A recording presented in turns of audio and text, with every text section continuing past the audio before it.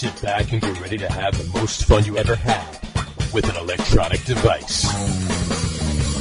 Is it this guy right here? Yes, it's Kirk Cameron. He is the true number 11.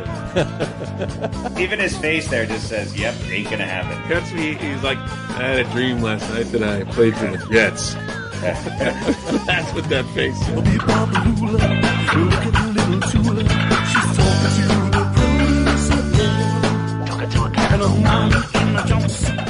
All right, everybody, welcome out to the log room. It is Wednesday, January 20th, 2021. Jersey Johnny coming at you. As always, with me is Mr. RadioPete. Say hello, Mr. RadioPete. Hello, Mr. RadioPete. There you go. I'm just hacking up a lung here. Hacking on up. Go for it. We're just a little hacking between friends. Go for it. I've got some milk in a coffee cup. Do you? It's a little bit of coffee, but it's mostly milk. I got some Propel in a water bottle. Look at that. Harry Lug Nutz could not join us at the beginning of the show. With a little luck, he'll be joining us at some point during the show. And you will know that he's joined us, if you're watching the show on Facebook, by his face popping up on the screen. There you go.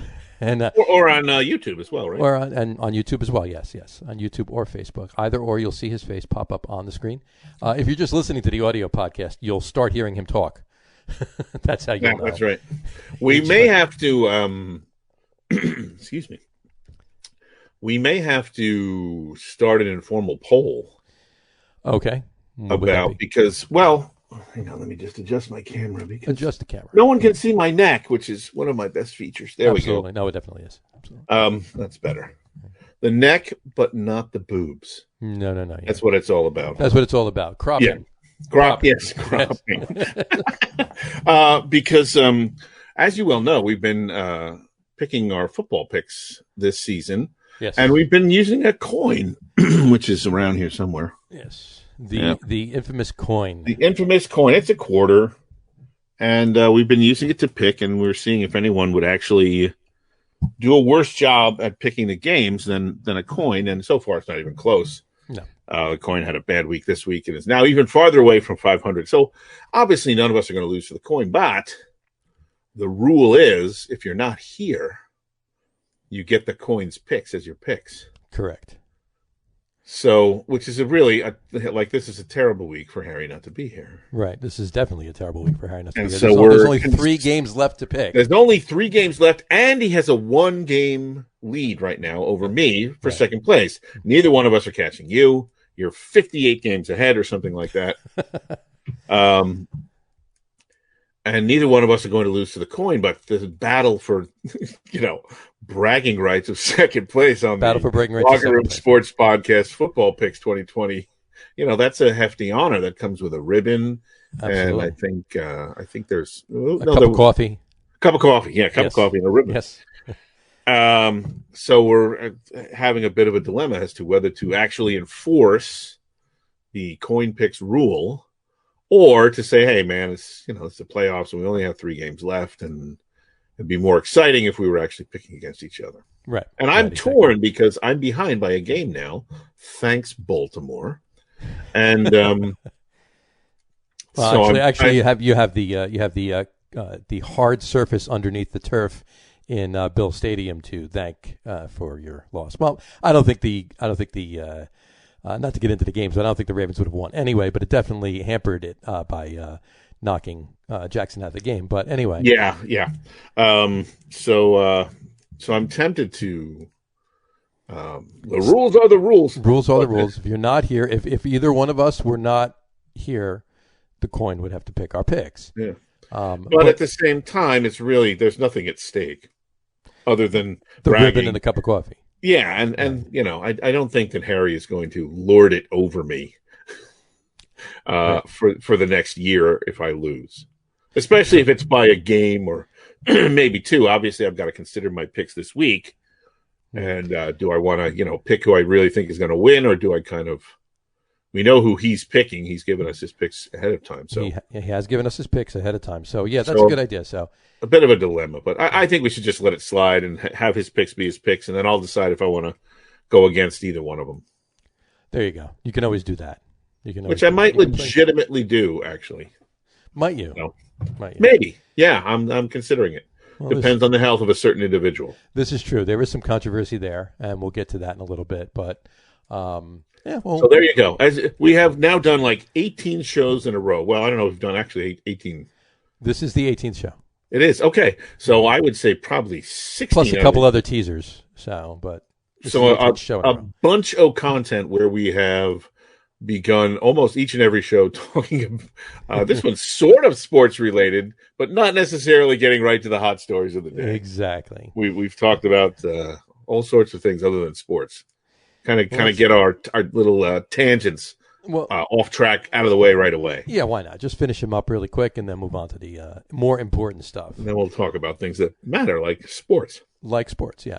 And when we start off, we're gonna kick it off by starting some really hot Giants news. I say that with tongue in cheek. The only kind of news there is. Exactly.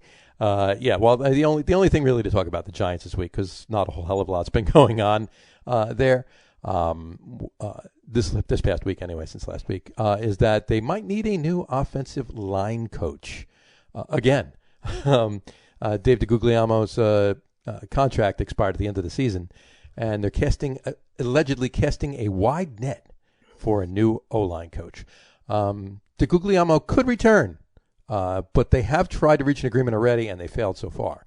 So who knows? We'll cross that bridge at that point. Some names that have popped up: Jeff Stoutland. He's been the Eagles' offensive line coach.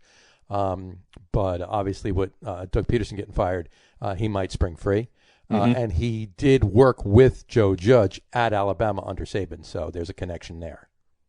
Right. Now, who else? And the only other one that I've read so far is James Campen.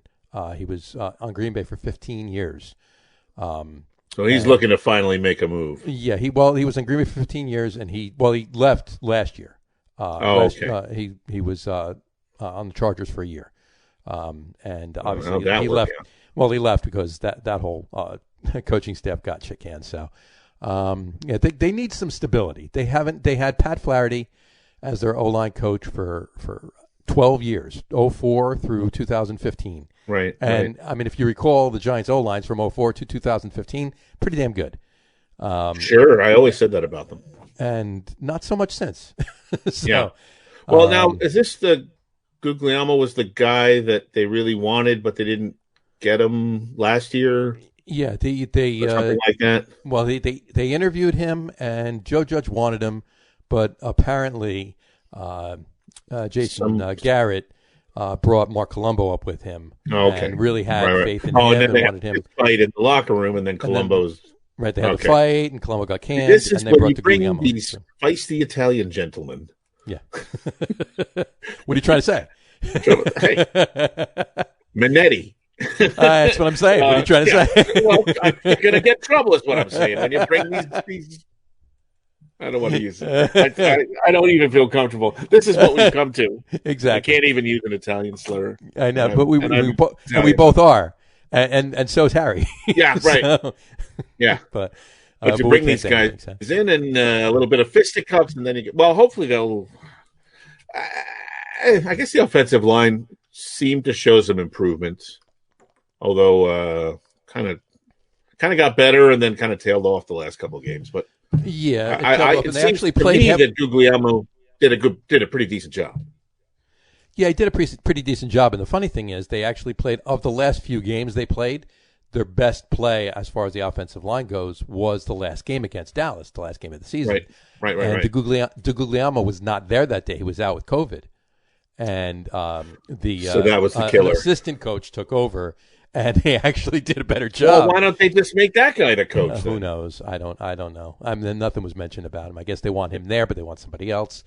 My guess would be, reading between the lines, that they're really probably going to try to re-sign Dave DeGuglielmo, but who knows? Is the assistant guy another Italian? I'm not quite sure.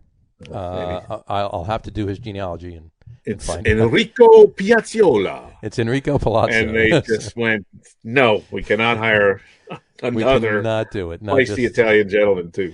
to coach our to offensive coach line. our offensive line. Exactly. Well, I guess unless you would say, well, what was DeGuglielmo's resume as far as that position goes before that? Well, he was with the Giants years before that. But not as an offensive line coach. No, he's under Pat Flaherty. But years ago. So he has some experience. I believe he was in, and don't quote me on this, I'm just trying to recall, I believe at one point he was in New England as well. I'm not sure. Okay. I'm just wondering if they're thinking maybe he's not the guy to maybe they're going to bring in a couple. They obviously want to improve that line. Despite the improvement, they still want to get better. And maybe they think he's not the guy to develop younger players. Maybe they got their eye on a couple of draft picks and they go, well, he's good, but maybe with some veteran players, but maybe we want somebody else to develop some new players. I don't know. Talent. Maybe. Yeah, that's possible. Maybe. And you know what? I mean, that connection that I mentioned before, Jeff Stoutland of the Eagles, if he does get sprung free, that connection with Judge from Alabama. Right. Joe Judge seems to be all about connections, you know. So he's working. Well, yeah, the Old Boys Network is absolutely alive and alive and well. Alive and well in many sports, which we'll talk about one in particular coming up soon. All right, so there we go. So there you go. The only other thing was that Dave Gettleman was quoted as saying he was a bit antsy, worried that Jason Garrett might leave and they'd have a vacancy at offensive coordinator. But he's okay now since the only team that interviewed Garrett was the Chargers, and they hired their guy. So all's well in Whoville, I guess, if you want to say. Great. But that's it. So that's pretty much. Well, how does that make you feel? You know what? I don't really. You really give Jason Garrett a second year? I'll give him a second year. It was the first year under the whole entire new coaching staff. It was his first year with Jones. He didn't have Barkley to work with. They were developing the O-line halfway through the season. So give him another year, see how it goes. And, but you know what? If it does blow up and they have an amazing offensive season next year, Garrett's going to be gone anyway. Assuming another team is going to need a head coach. Yeah, you'll get that season out of him though. Right. Yeah, I mean, I don't.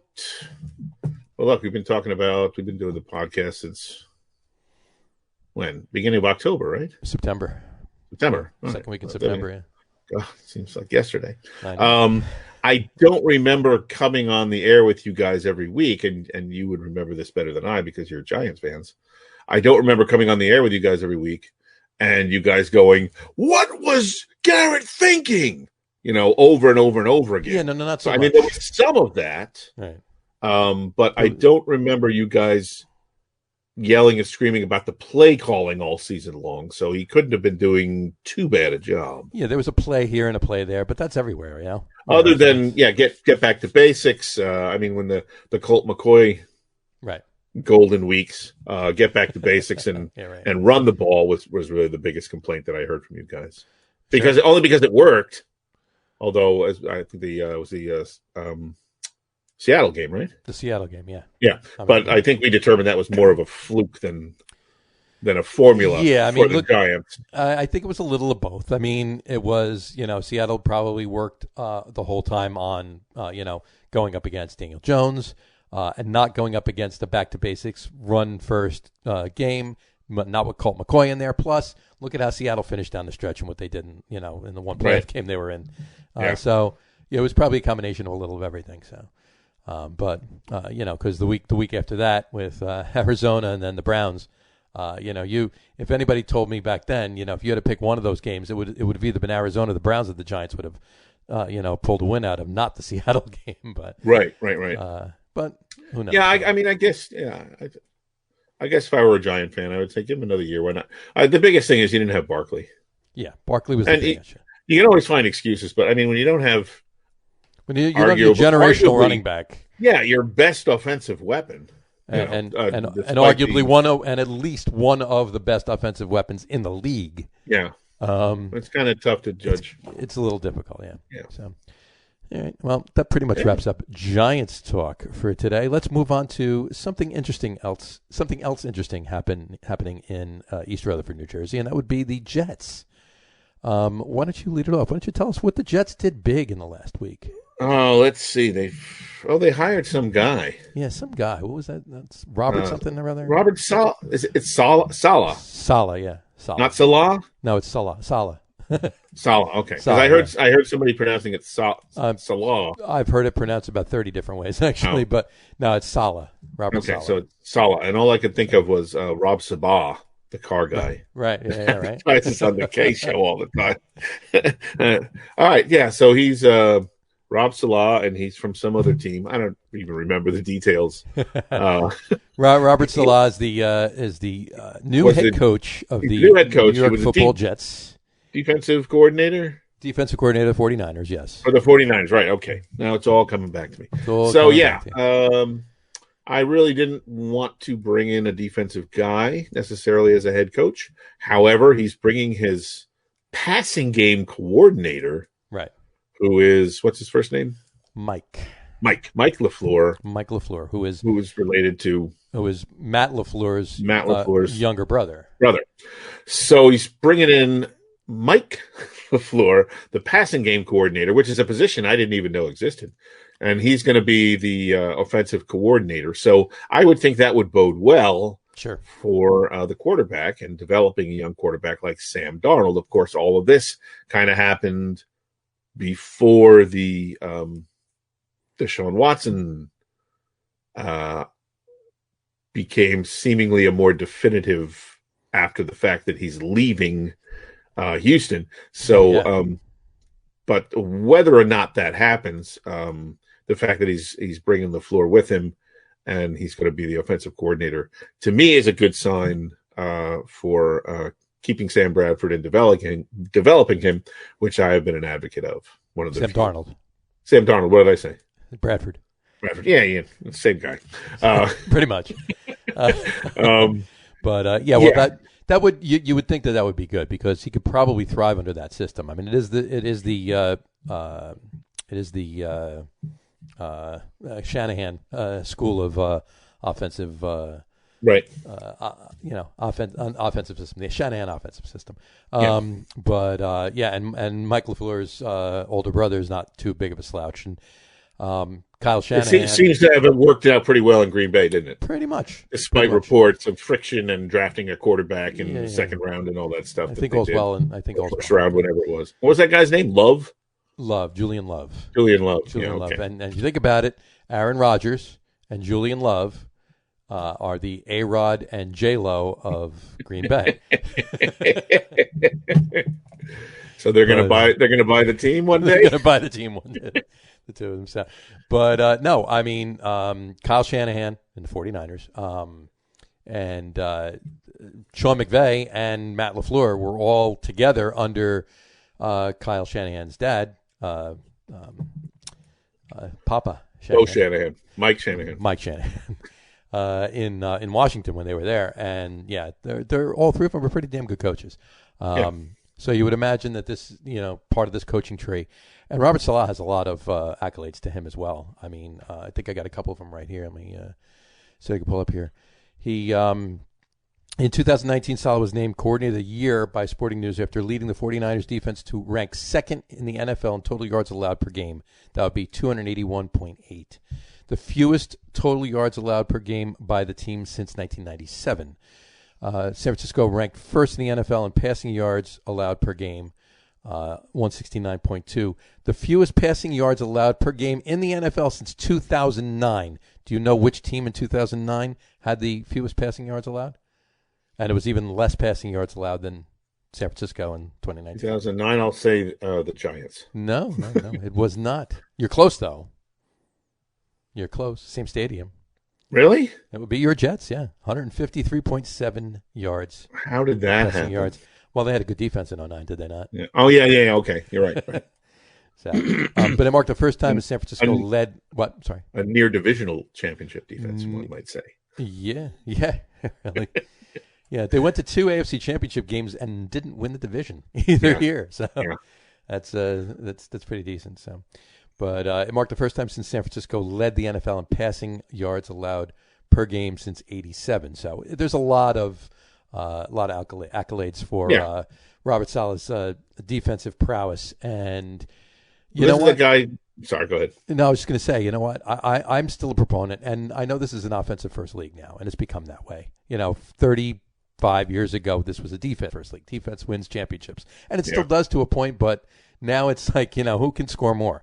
Forget about. Don't even put the defense out there. Just put chairs out there and let them. Well, yeah, you've literally got teams not putting their defense on the field, running the clock down and kicking a field goal, right, rather than scoring with a minute left because they don't want to put their defense on the field with 55 seconds left and 80 yards to go. So, yeah, it's definitely offense first. Years ago, we used to say, okay, he's only got 2 minutes. Well, only a few people are able to do a 2-minute drill. Now we're like, you give him 55 seconds, he's got 80 yards, he's going to score. Give him 19. What does that even mean?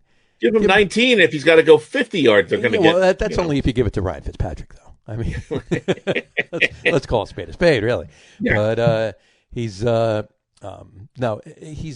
a great defensive prowess. He's great. He was a great coordinator. Look what he did this year. I mean, everybody and their mother on the defense of San Francisco got hurt, and they still by the end of the season ranked top 5. So how he was able to do that's got to be right. That's got to all go to him. That's right. That's got to all go to him. So well, listen, he's obviously the only guy they called back for a second interview, right? And at that time, that was last week, and right. At that time, or they were just about to, I guess, when we were on last week, sure. And we said, if you like him, sign him. Don't let him out of the building, right? And that was the school of thought, and that's exactly what they did. And look, I guess you could say, as far as him being a defensive guy, well, that's going to be obviously his area of greater expertise. Sure. So he's going to turn the offense over to somebody. He's not going to try and do both. He's going to have a defensive coordinator as well. Right. But I think he's going to obviously have his fingers in the defense more because that's his milieu, let's say. Absolutely. But that means he's going to leave the offense alone and not going to try and be head coach and offensive guy in any right. Other than the necessary capacity that a head coach would have. Basically, he might dabble in the defense a little bit more than the offense because that's what he knows. That's his sphere of knowledge. Sure. And so that's fine. So we'll have to see what LaFleur does with the offense, and hopefully he'll do good things. Exactly. And he is also bringing John Benton, who's the new offensive line coach, which he was in San Francisco as well. He was the offensive line coach. He's bringing him with him. So there's that as well. So that's what. So he's going to have two guys that he's familiar with and knows, even though they didn't really work for him, so to speak. Right. On the team, working the offense. Those, I would think, I don't know. It's quarterbacks coach. I always thought that would be a really important position, but it doesn't seem like it. It's right. It's the coordinator and it's the line guy. The coordinator, the line guy. I know. I mean, every position. I mean, there's quarterbacks coach, there's receivers coach, there's tight ends coach. Right. But I mean, as far as like the hierarchy of where I would put offensive line coach above any of the other position coaches. Right. So in those two kind of top, the coordinator and then sort of his top assistant position, he's got two guys that he knows and is familiar with. So I think that's a good thing. Now, how do you feel about Deshaun Watson? What do you think about all of that? Are you a proponent of that, or are you saying let's just stick with Darnold in the system and see? If you can get him, you get him. I'm fine with developing Sam Darnold. I'd rather develop Sam Darnold than use the number 2 pick on him. Right.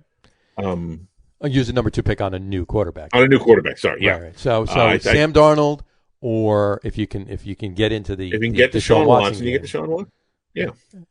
I mean, Deshaun Watson it's got to be a no-brainer, right? He's 20. Was he 20? He's 25, right? Or 25 years old. He's one of the best quarterbacks in the league. Yeah. He's been miserable. He's got an opportunity to come to the big market, right? To come to New York. Mm-hmm. And let's face it, if they're any good, they're going to take over this town.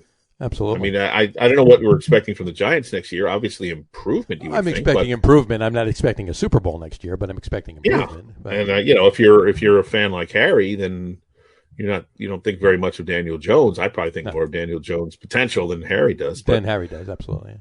So, I mean, Deshaun Watson coming into this situation, new coach, defensive guy, offensive quarterbacks coach taking over the coordinator position.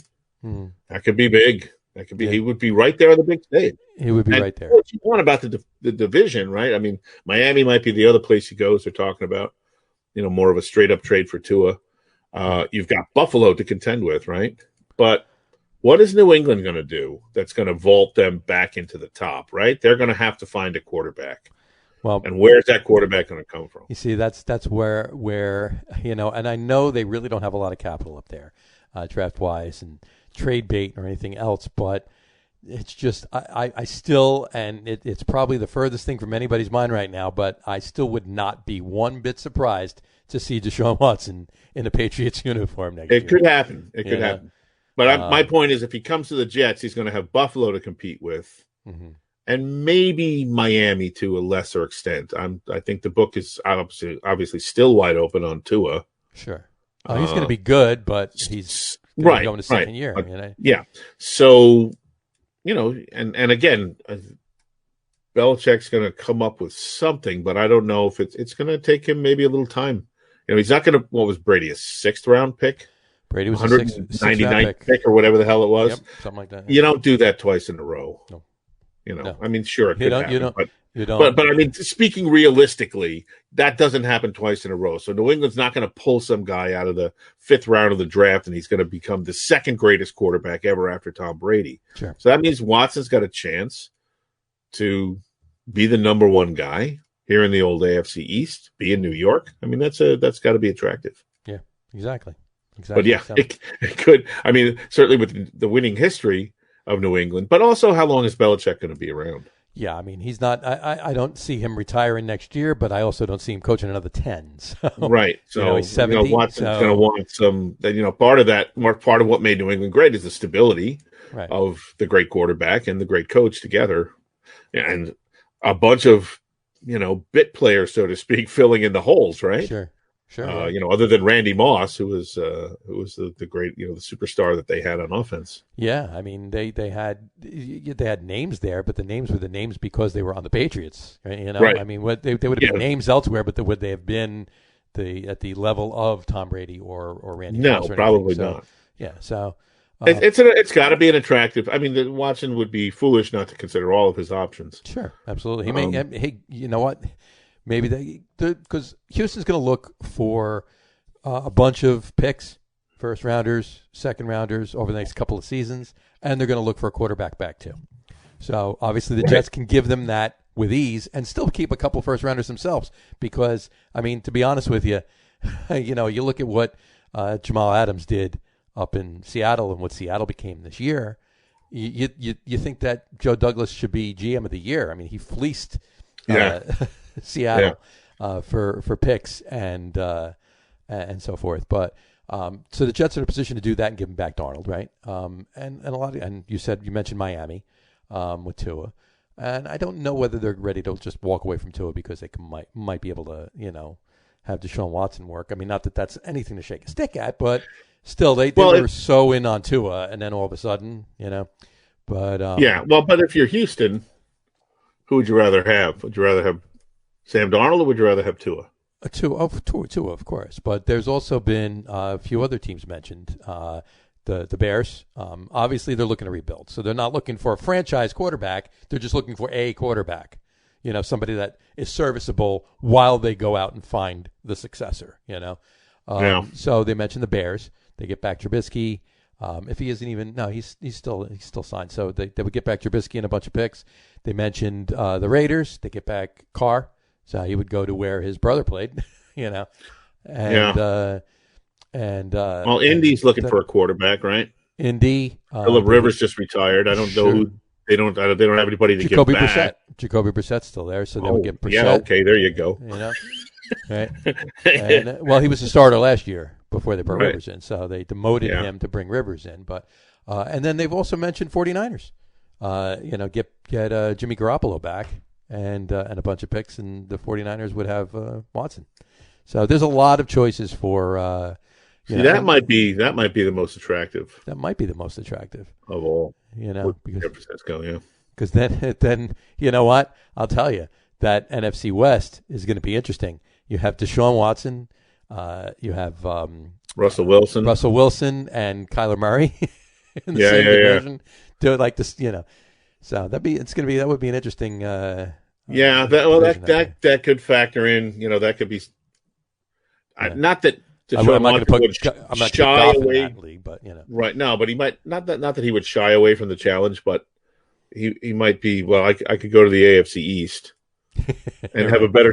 You know what I mean? And I got Allen. All of a sudden, I got to compete with Allen and maybe a developing Tua, and all of a sudden I go out west and get Kyler Murray and Russell Wilson to play 4 times a year. I don't think I really. It's probably not attractive. I don't know how much that will figure into his decision. Somebody else mentioned too, even the Broncos. They can get Drew Lock back. Again, they're looking for a serviceable quarterback while they find the successor. So Drew Lock can do that in Houston, and then all of a sudden the Broncos now have Deshaun Watson. I would love to hear Harry's take on that and what if anybody is saying anything out in Denver. Right. So we'll have to make a mention of that. If he does pop on the show, we'll have to ask him that. If not, we'll ask him next week. But Watson's got the no trade clause, so he has all the he has all the juice right now. He has the juice. It's up to him. They can say, "Well, we got this trade. What do you think?" Nope. Right, or he could say, "Well, I want to go here." He could just say where he wants to go. Still say no if they feel like. Now, again, if they're not looking for a quarterback who's going, and why would they? They definitely have to rebuild, right? They fired their head coach and their GM. And the GM. Well, the head coach was the GM, so they fired. Yeah. Oh, right. So that's gone. So it's obviously a rebuilding. Right. Who else is on that team? J.J. Watt. He's 50 years old now, right? He's going downhill and coming to the very end of his career. He's got another year in his contract with Houston. I think he's in his 30s, but he's not like 37 by any means. But I think he's still got a few good years, but he's not the same J.J. Watt. He's not the same J.J. Watt he was 6 years ago or so. But I think you'll. If I had to put money down on it, I think you'll see J.J. Watt wind up playing out his career somewhere else in Pittsburgh with his brothers.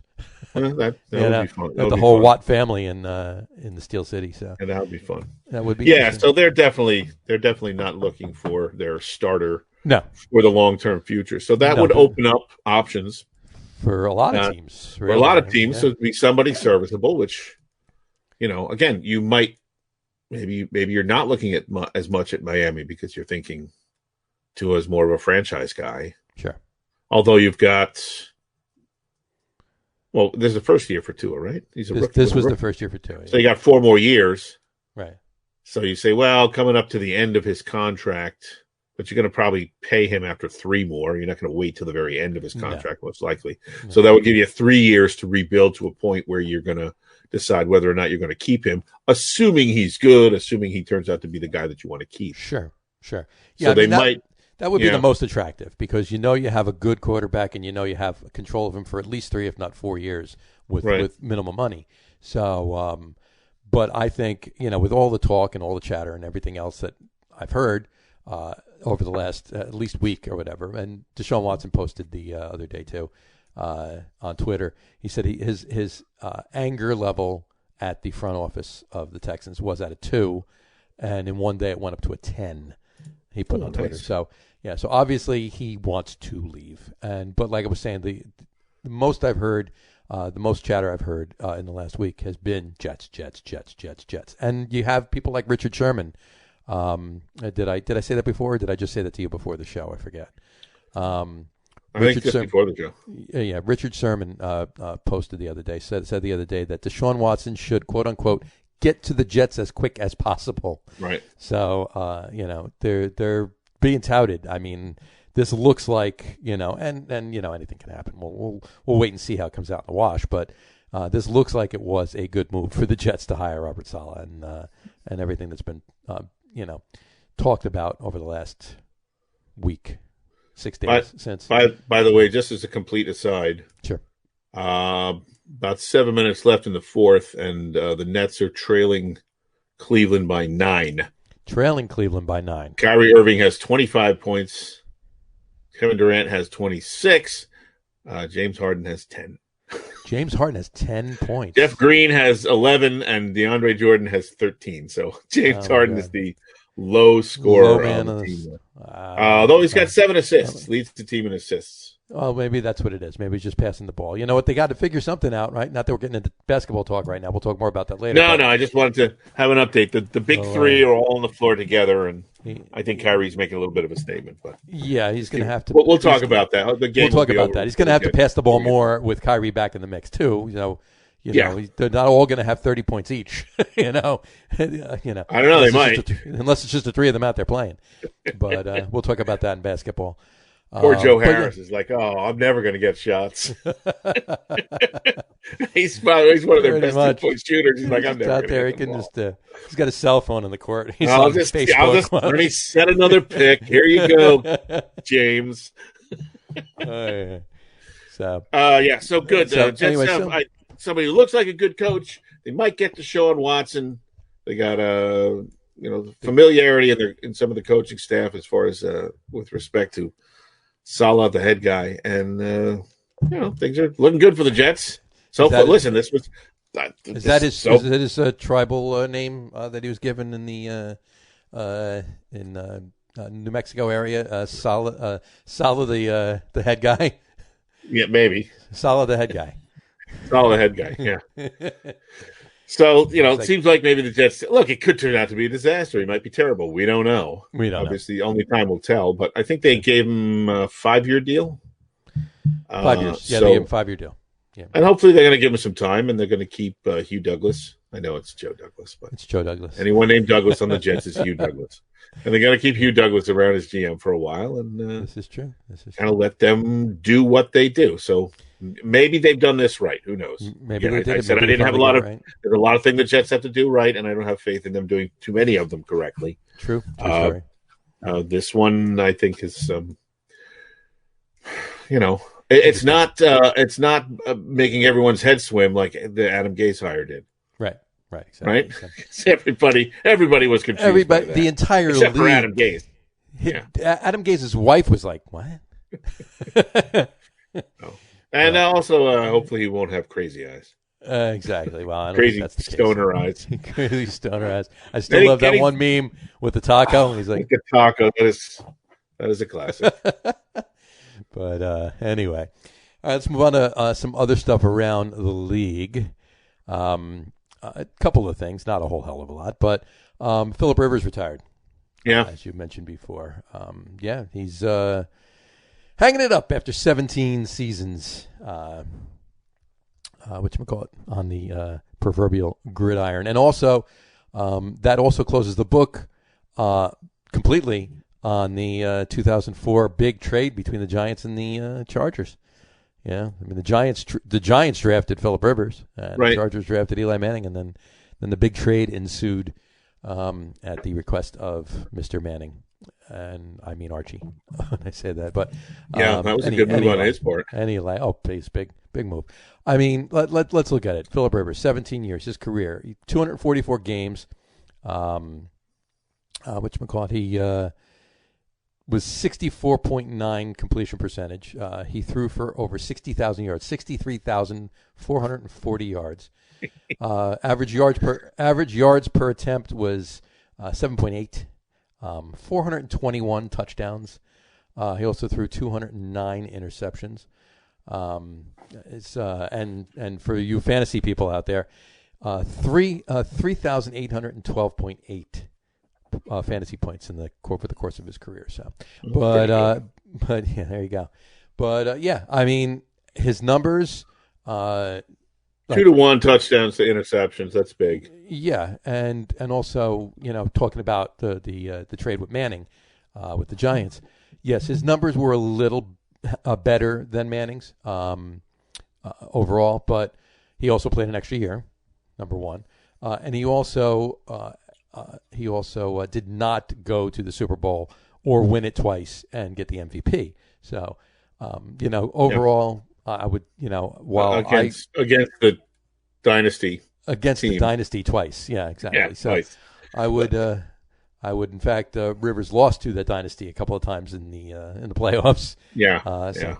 But as did a lot of other teams. Look, would the Giants have been considerably worse with Phillip Rivers at quarterback? Probably not.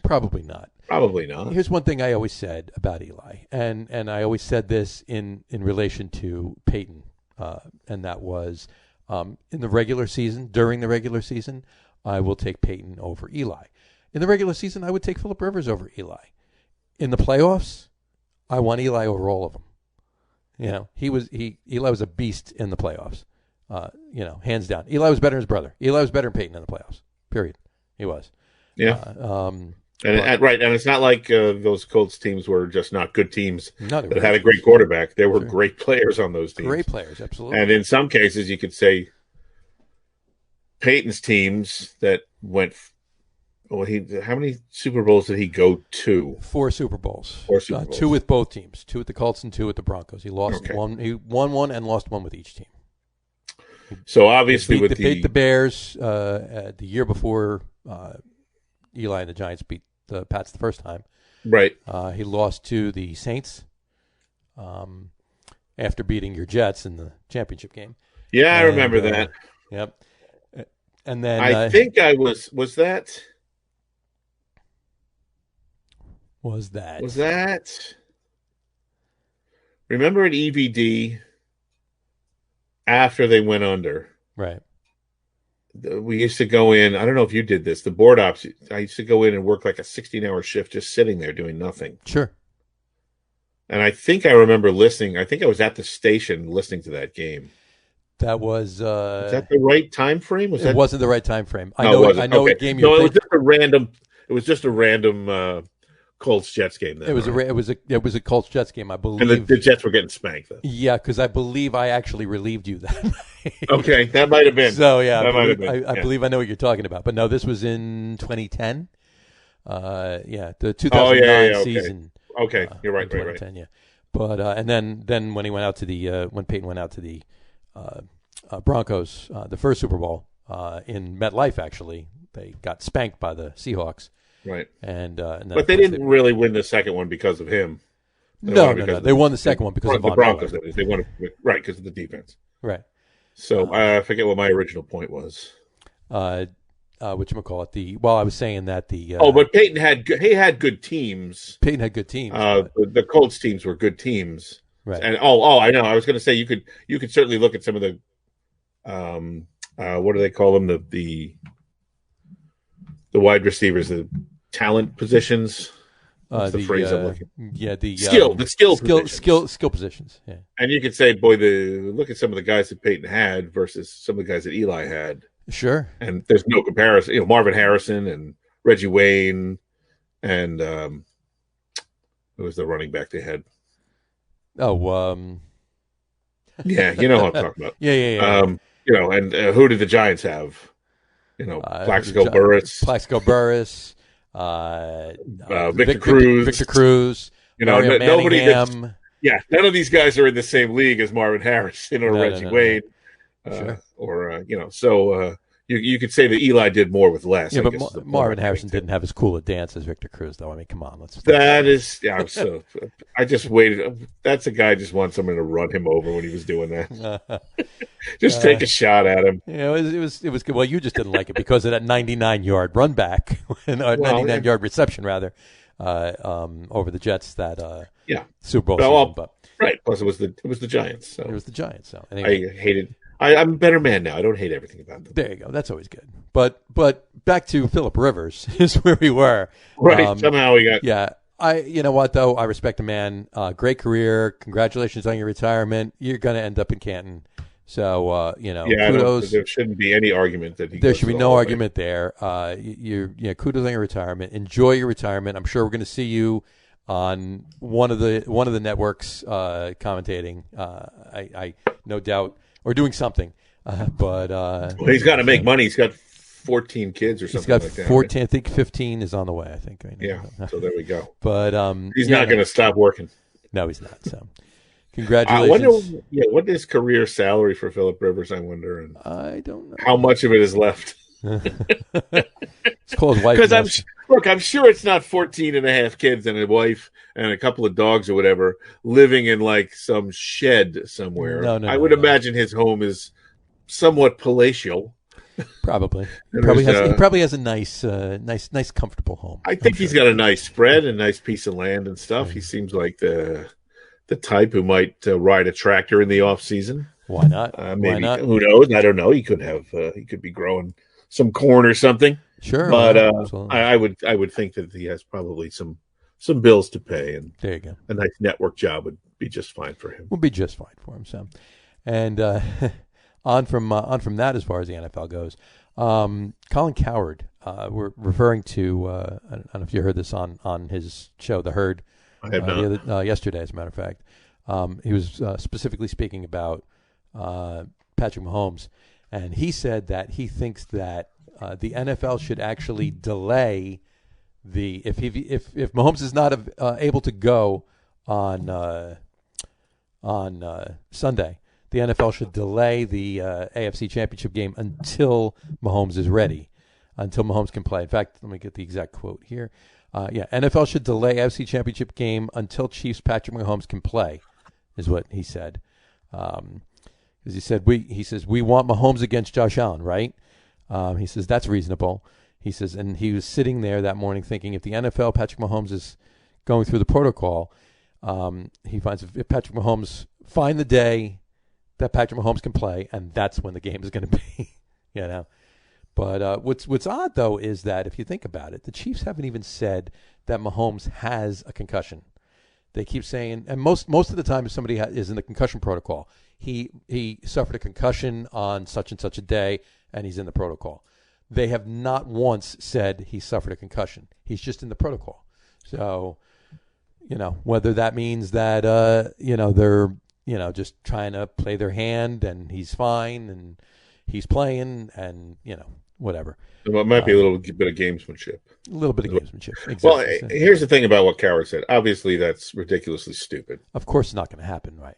The game is Sunday, and everybody has the same. So does that mean if Josh Allen was hurt and right? Where do you draw the line on which players are delay worthy and which are not? Exactly. Look, if the NFL already does enough, they understand that entertainment is the name of the game, even though it's football, and they already do enough, right? You've got Thursday night games, and you've got Saturday games, and Sunday games, and Monday Friday morning games, and Friday afternoon games, Wednesday afternoon games. But here's the thing, and this is, I will say this is an interesting, what could be an interesting point about what Cowherd said. There are people who are saying now, and I'm kind of one of them, that there's no way Mahomes doesn't play, whether he's really ready or not. Not right. Exactly. Now, what you just said is interesting. They have not said he suffered a concussion. Right. Hard to believe he didn't, the way he looked. Yeah. I believe they were saying stuff about the fact that if you look at the play. You think it was who? I'm sorry. Somebody was saying it looked like he went unconscious. It looked like, might have been maybe Joe Rogan. It looked like when somebody gets choked out in the ring, like in UFC, and they lose consciousness momentarily, and they get up. Now it doesn't. And again, looking right initially, people went, "Oh, that was a dirty hit." He slammed his head into the turf, and he looks like he did hit the back of his head, but didn't seem to be as hard as a lot of people. Obviously, that was a knee-jerk reaction. Calling it a dirty play and all that.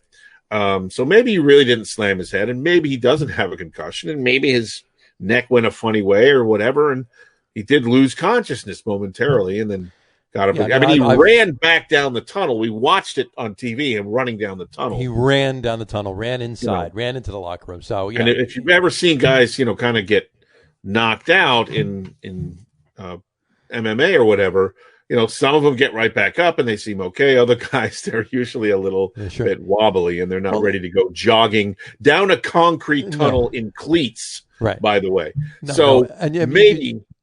Maybe he didn't really have the concussion. But let me get off my original point. And that is, maybe he was never, ever going to be out no matter what, whether he has a concussion or not. Sure. And so Cowherd's point could be taken if you want to say, well, he's going to play, and if he's not ready, maybe they should postpone the game. But that sort of implies that the Chiefs are going to fudge the protocol, or you know what I mean? They're going to make it so that he seems okay. And I don't know. I think he has to be assessed by somebody from the NFL who's impartial. He has to. I believe it's part of the. It's not just the Chiefs in a closed room with no cameras that go, "Hey, how many fingers am I holding up?" And he goes 4, and it's 2 or 3, and they go, "He's fine." I think there's an independent process to confirm that. But there's probably ways to kind of get around that or whatever. And that was I think that was kind of the implication. He's going to play whether he's all right or not. And if you think that, then you might agree with Coward and say, well, they should maybe postpone the game because it would be bad for his health to go out there and play when he's really not ready. I agree with you. But I agree with you. I don't know if he really had a concussion or not. But to simply postpone the game, that's just silly. That's just silly. It definitely looked to me more like he got, like you said, choked out. One of those things because of that. I mean, I've experienced that before, and like you said too, to what you said before, when a quarterback gets suffers a concussion, if he is even able to leave the field by himself when he goes back in the locker room, he's usually just walking slowly. Yeah, he's not running like Mahomes was running. Yeah. But there are other guys like Palomalu. They said, what was the phrase he used? You get your bell rung. Yeah. Right? All those years before there was a protocol, before they really, you know what I mean? When if you weren't laid out, you went back in the game. He goes, I think he said he got his bell rung probably, 50 times. Sure. Not that he had 50 concussions, but he goes, there were probably, varying degrees of damage or whatever. And they're, he said, had the protocols been in place earlier, there would have been plenty of times when he would have gone in the tent, but they just didn't exist. No, they didn't. So there are some guys that can kind of shake it off and go out and play, and other guys that you're right, they're kind of, you're happy to see them walk off the field, but there's a gingerness to it that makes you wonder what happened. So, but it is interesting that, and again, it's the gamesmanship. The Chiefs have, as you said, have not come out and said he had a concussion. Right. And maybe he didn't. But I would think the NFL, again, would, or maybe it's not their job to say what actually happened to him or how bad it was. Maybe it's just their job to clear him. Right. To say whatever happened, whether it was a concussion sort of a concussion, or he just got his bell rung or whatever. It's the Chiefs' job. It's the Chiefs' job to report it. It's the NFL's job. It's the NFL's job to say, okay, he's good to play. So. Right. That's it. So, but yeah, well, I agree that there shouldn't be any special favors for. No, that's just. I mean, granted, in the grand scheme of things, you want to see Mahomes playing in the championship game against. Yeah, but you can't put the entertainment factor above. Sure, no, of course you can't just because safety and no, you can't. Yeah, you can't. And then where does it end? Again, who is delay worthy and who isn't? Absolutely, you're right. The only other NFL news we had before we get to the games was something we've been talking about for a while and going back and forth with on MVPs or whatever. The the Associated Press has not picked yet, and we won't know that until NFL Honors Night, night before the Super Bowl. But the Professional Football Writers of America, the Pro Football Writers of America, PFWA, if you will, they've named Aaron Rodgers their MVP. If that's any indication of what the Associated Press will do, I don't know. At this point, I don't see how you don't, but who knows? We'll see. Yeah, there's other guys you could make a case for, but not. I don't think nearly as strong a case as. No. What's Aaron Rodgers? He's like plus 45 in touchdowns to interceptions, I think, right? Yeah. 50 to 5 or 52 to 5 or something outrageous. It's a huge, ridiculous number, yeah. He's peaking. Let's put it that way. He's peaking, yeah. He's what did they say on PTI last night, I think it was. He's at the height of his powers right now. Height of his powers. There you go. Yeah, exactly. Both Kornheiser and Wilbon use the same phrase. So he's at the height of his powers right now. That's great. You got to love it. And I'm obviously repping the Packers, so I'm hoping that they're going through. So we'll see what happens. So let's talk about some games. Let's talk about the games this past week. We'll start with the Packers since we're talking about at them at the moment. Packers over the Rams, 32-18. Aaron Rodgers threw for almost 300 yards and 2 touchdowns. Goff threw for 174 yards and 1 touchdown. So, Packers had almost 200 yards rushing and 2 TD. Yeah, what was their total yardage? The 484, I think. yeah, it was damn close to 500. Close to 500 against the NFL's number one defense, who right, spent a little too much time out on the field, quite honestly. And yeah, Aaron Donald was not in every play. He obviously was not 100%. No, he was not. How much of it? I don't know if that was. I don't think even him being out there 100% every play would have been the difference in the game. Might have made it a little bit closer. It might have been a little closer. But it wasn't better. Goff looked a little bit better throwing the ball, but the Packers are just clicking right now. They are firing on all cylinders, basically in every aspect of their game, and obviously their offense is the strong point of their game compared to the defense. Yeah, but even their defense stepped up too. I mean, like I said, Goff only had 174 yards passing, and Cam Akers, the only Ram that rushed at all on Saturday, 90 yards. Right. That's it. So the Rams only had 90 yards rushing and 174 yards in the air. Yeah, that's it. So 264 was their total yardage. So over, almost, maybe about 30 yards away from doubling the yardage was the Packers. Right, right.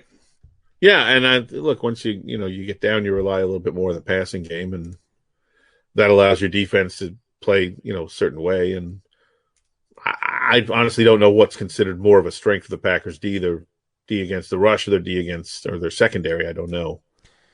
Yeah, but they were the better game. They were the better team. They were the better team. The Rams were a nice story, but just not enough defense against the Packers offense. Right, exactly. But so we'll see. That was really what was going to have to win them the game, certainly. Yeah.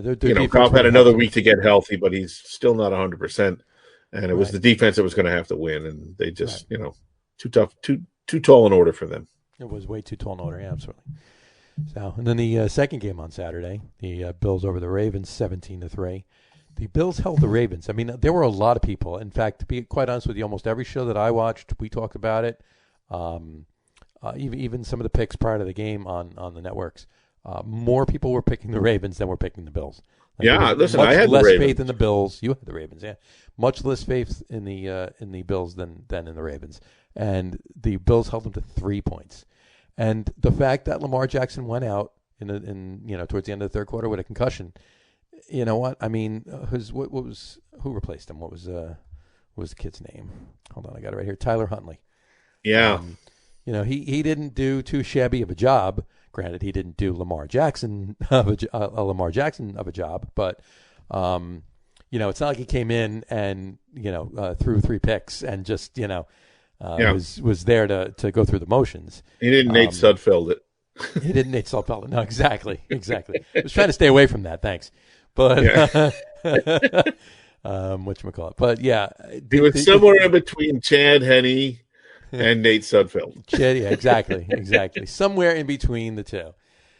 But the thing that actually, piqued my interest the most is that as much as Lamar Jackson was running, and no one was stopping him, especially the week before in Tennessee, the Bills held him to 34 yards on 9 carries. That was it.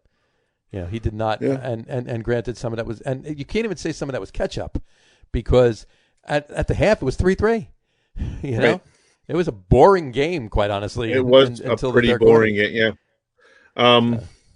Yeah, I'll say this: I think Baltimore's defense did a pretty good job against Buffalo. Right? They held them to 10 offensive points. Yeah. The other touchdown was the pick six. Right. 101 yards, which 101-yard pick six. That's when is the last time that happened? Was Pittsburgh, right? Harrison. Yeah. Yep. And was that in the Super Bowl? Or was that just a playoff game? I think it doesn't matter. It's a playoff game. Either way. So that's kind of a fluky play that doesn't happen very often. Yeah.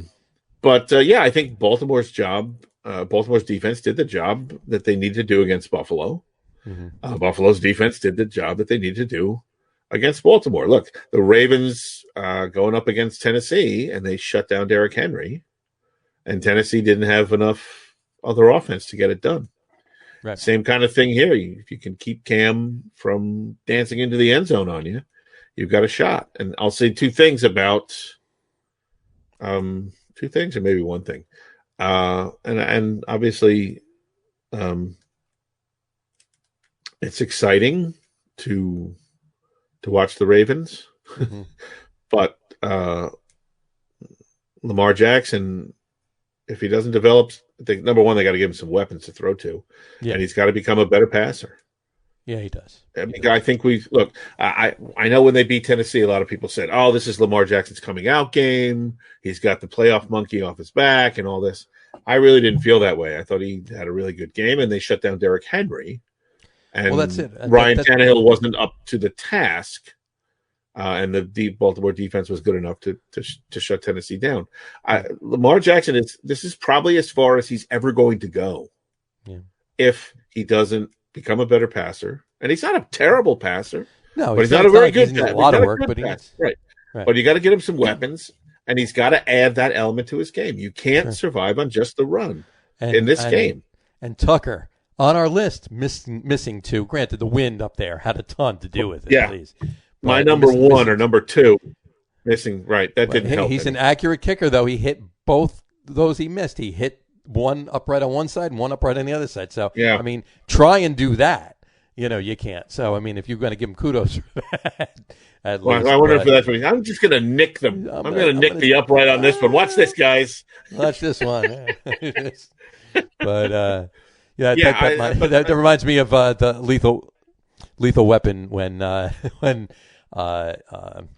what's it called? Murtaugh puts the in the shooting range, puts the target halfway out and shoots a hole straight in the center of the head, brings it back, and Riggs puts it all the way to the end and puts two eyes and a mouth. Yeah, that was some lousy shooting on Justin Tucker's part. But I just look. Lamar Jackson is great for this league. He's exciting. I wish him nothing but success as long as they're not playing the Jets. But unless he adds, especially with the offense these days, unless they add some aspect of a passing game in Baltimore, they're not going to get anywhere. There's going to always be another good defense that's going. If you can shut him down right now, you can shut Baltimore down. That's what I was going to say. We'll give the Bills a little credit here because they do deserve credit. Their defense was great. It was, and that's what I was going to go with this. The Ravens did what they had to do the week before, right? They had to shut down Derrick Henry. That was you shut down Derrick Henry, you can win the game, and that's what they did. And they didn't blow the Titans out; they won by a touchdown.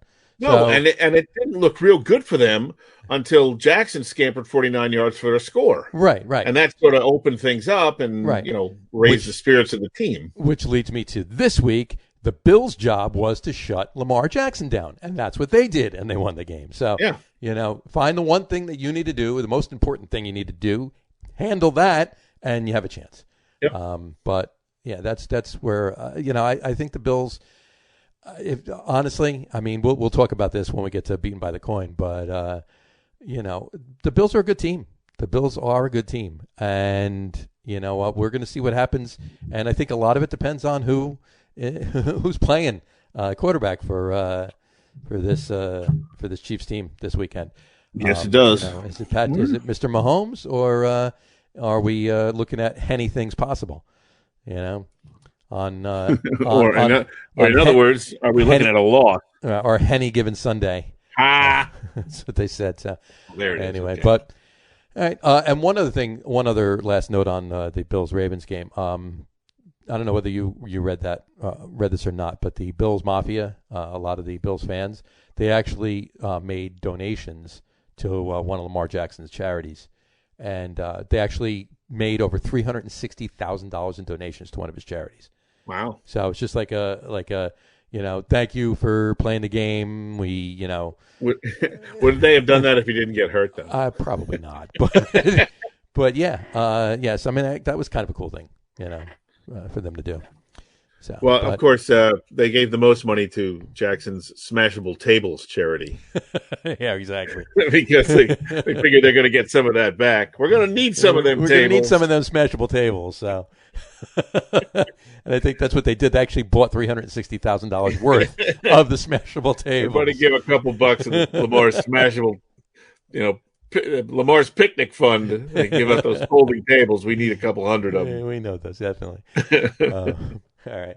Well, let's speaking of the Bills' next opponent, let's get to the Chiefs game on Sunday over the Browns. Chiefs won 22-17. Not the Chiefs haven't been blowing anybody out. I mean, they've been doing just enough to win.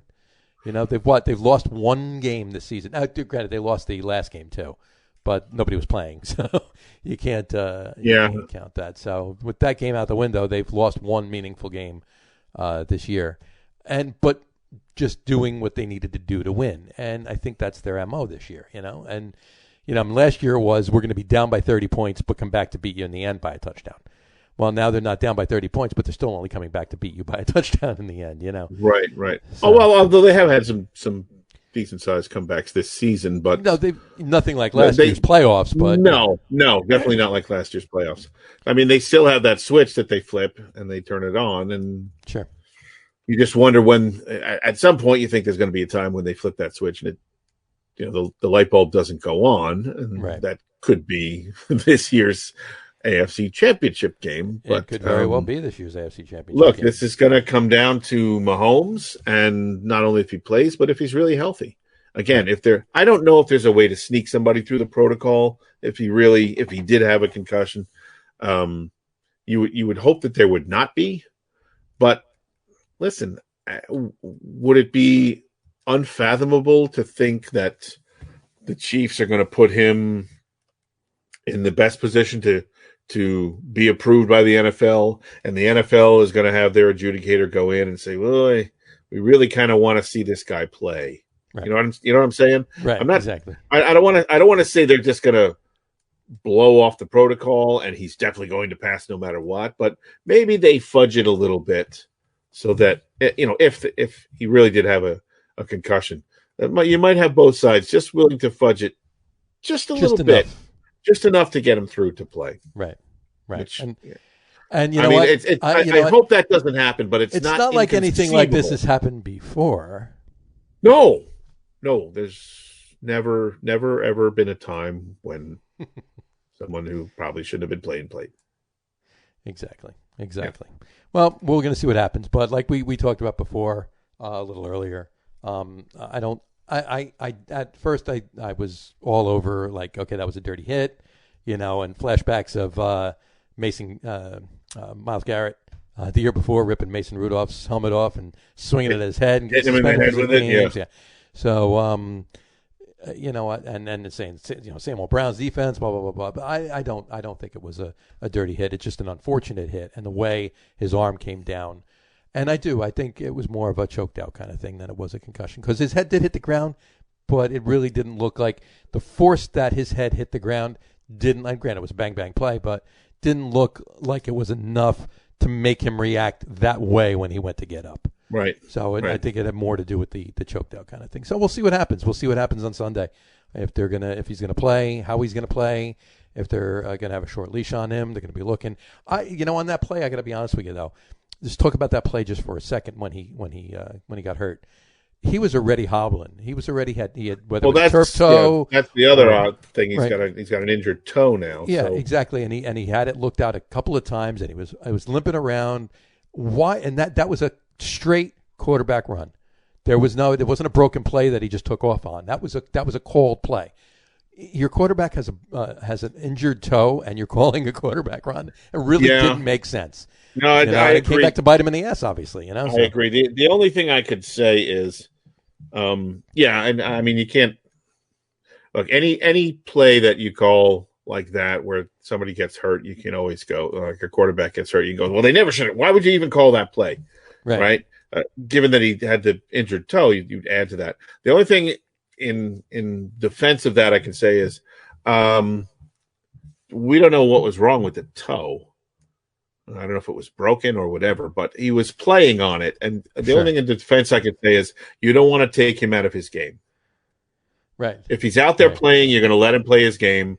And if he's going to be a little bit, he moves and his game means he moves and he runs, and there's going to be design run plays for him. And you want him to be out there, and you don't want to be trying to change things up and just making him be just don't run out of the pocket.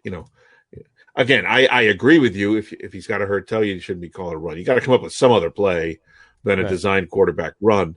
But I can see the school of thought that says just let him play his game. His ankle's not broken. His foot is not broken. I guess he hurt his toe. It was his toe. Yeah, exactly. Again, but I don't think they X-rayed him or anything, right? No, he never left the field unless they did at halftime. I don't know, but so we didn't really know what was wrong with it. But you would think, if it was really bad, he probably wouldn't have been out there. He wouldn't have been out there. Yeah. Might have taken a needle and gone out.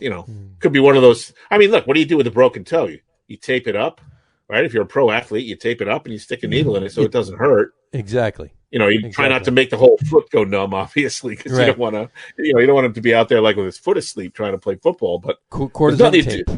Yeah, I mean, unless your toe is bent back the other way and there's broken skin, you just tape it to the other toe, right? That's it. That's all, and then you let it heal. I broke my pinky toes before. Yeah, and broken toes. I didn't even go to the doctor. You just push it back, painful, and tape it to the other toe. Yeah, there's nothing they're going to do for the pinky toe. Now, granted, this might have been his big toe, so there could have been something they could have done with that, but depends on what it is. But yeah, no, you're right. And you know what? You can look at it either way. Don't have him run; he's got a hurt toe, or just let him play his game. It's not that bad. Whatever's wrong with him, it's not career-threatening or anything like that. So let him play his game. I agree. The other thing we should say is that we should give Andy Reid and for that matter Eric Bieniemy the Brass Marbles Award for letting Chad Henne throw that pass on fourth and a foot at the end of the game there. That was hey, you know what? I mean, it was a cool design, right? Because it made them think, okay, they're just trying to draw us off sides, and they got all the way down to 3 seconds on the game clock. Boom. And it was well designed. It was good. That was good. And I think now that worked, watch next season. You're going to see that a bunch. You just watch probably, yeah. Instead of because nobody's falling for the whole, unless it's nobody jumps off sides. Unless it's a team that's playing the Packers because Aaron Rodgers just has the knack to get them to jump. But other than that, no team is falling for this. Get them to jump on 4th and inches anymore. No. Well, didn't they change the rule about the hard count? So that it's now harder to draw teams off. Right. Like you can't be deceptive. I'm pretty sure they actually had a rule change about that, so that you can't be as blatant about it. But you're right; nobody's really falling for it. And look, here's the thing you could say about taking Mahomes out, or well, I don't want to go in reverse order here, but the fact that they were willing to try that, if Chad Henne hadn't played Week 17, right. Might have been a different story. It would have been definitely a different story. He had a whole game under his belt. Just right. You have a guy who hadn't played, taken a snap since when? Right. Did he have any snaps this season? Maybe no.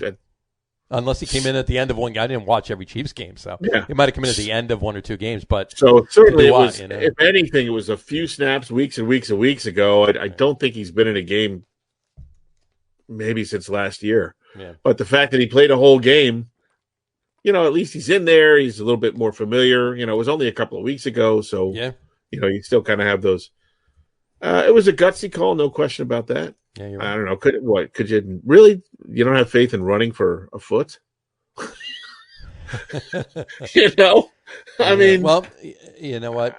I guess not. If they were going to go with actually legitimately going for it on 4th down and not just trying to draw them off sides, and Mahomes was in there, it probably would have been a sneak.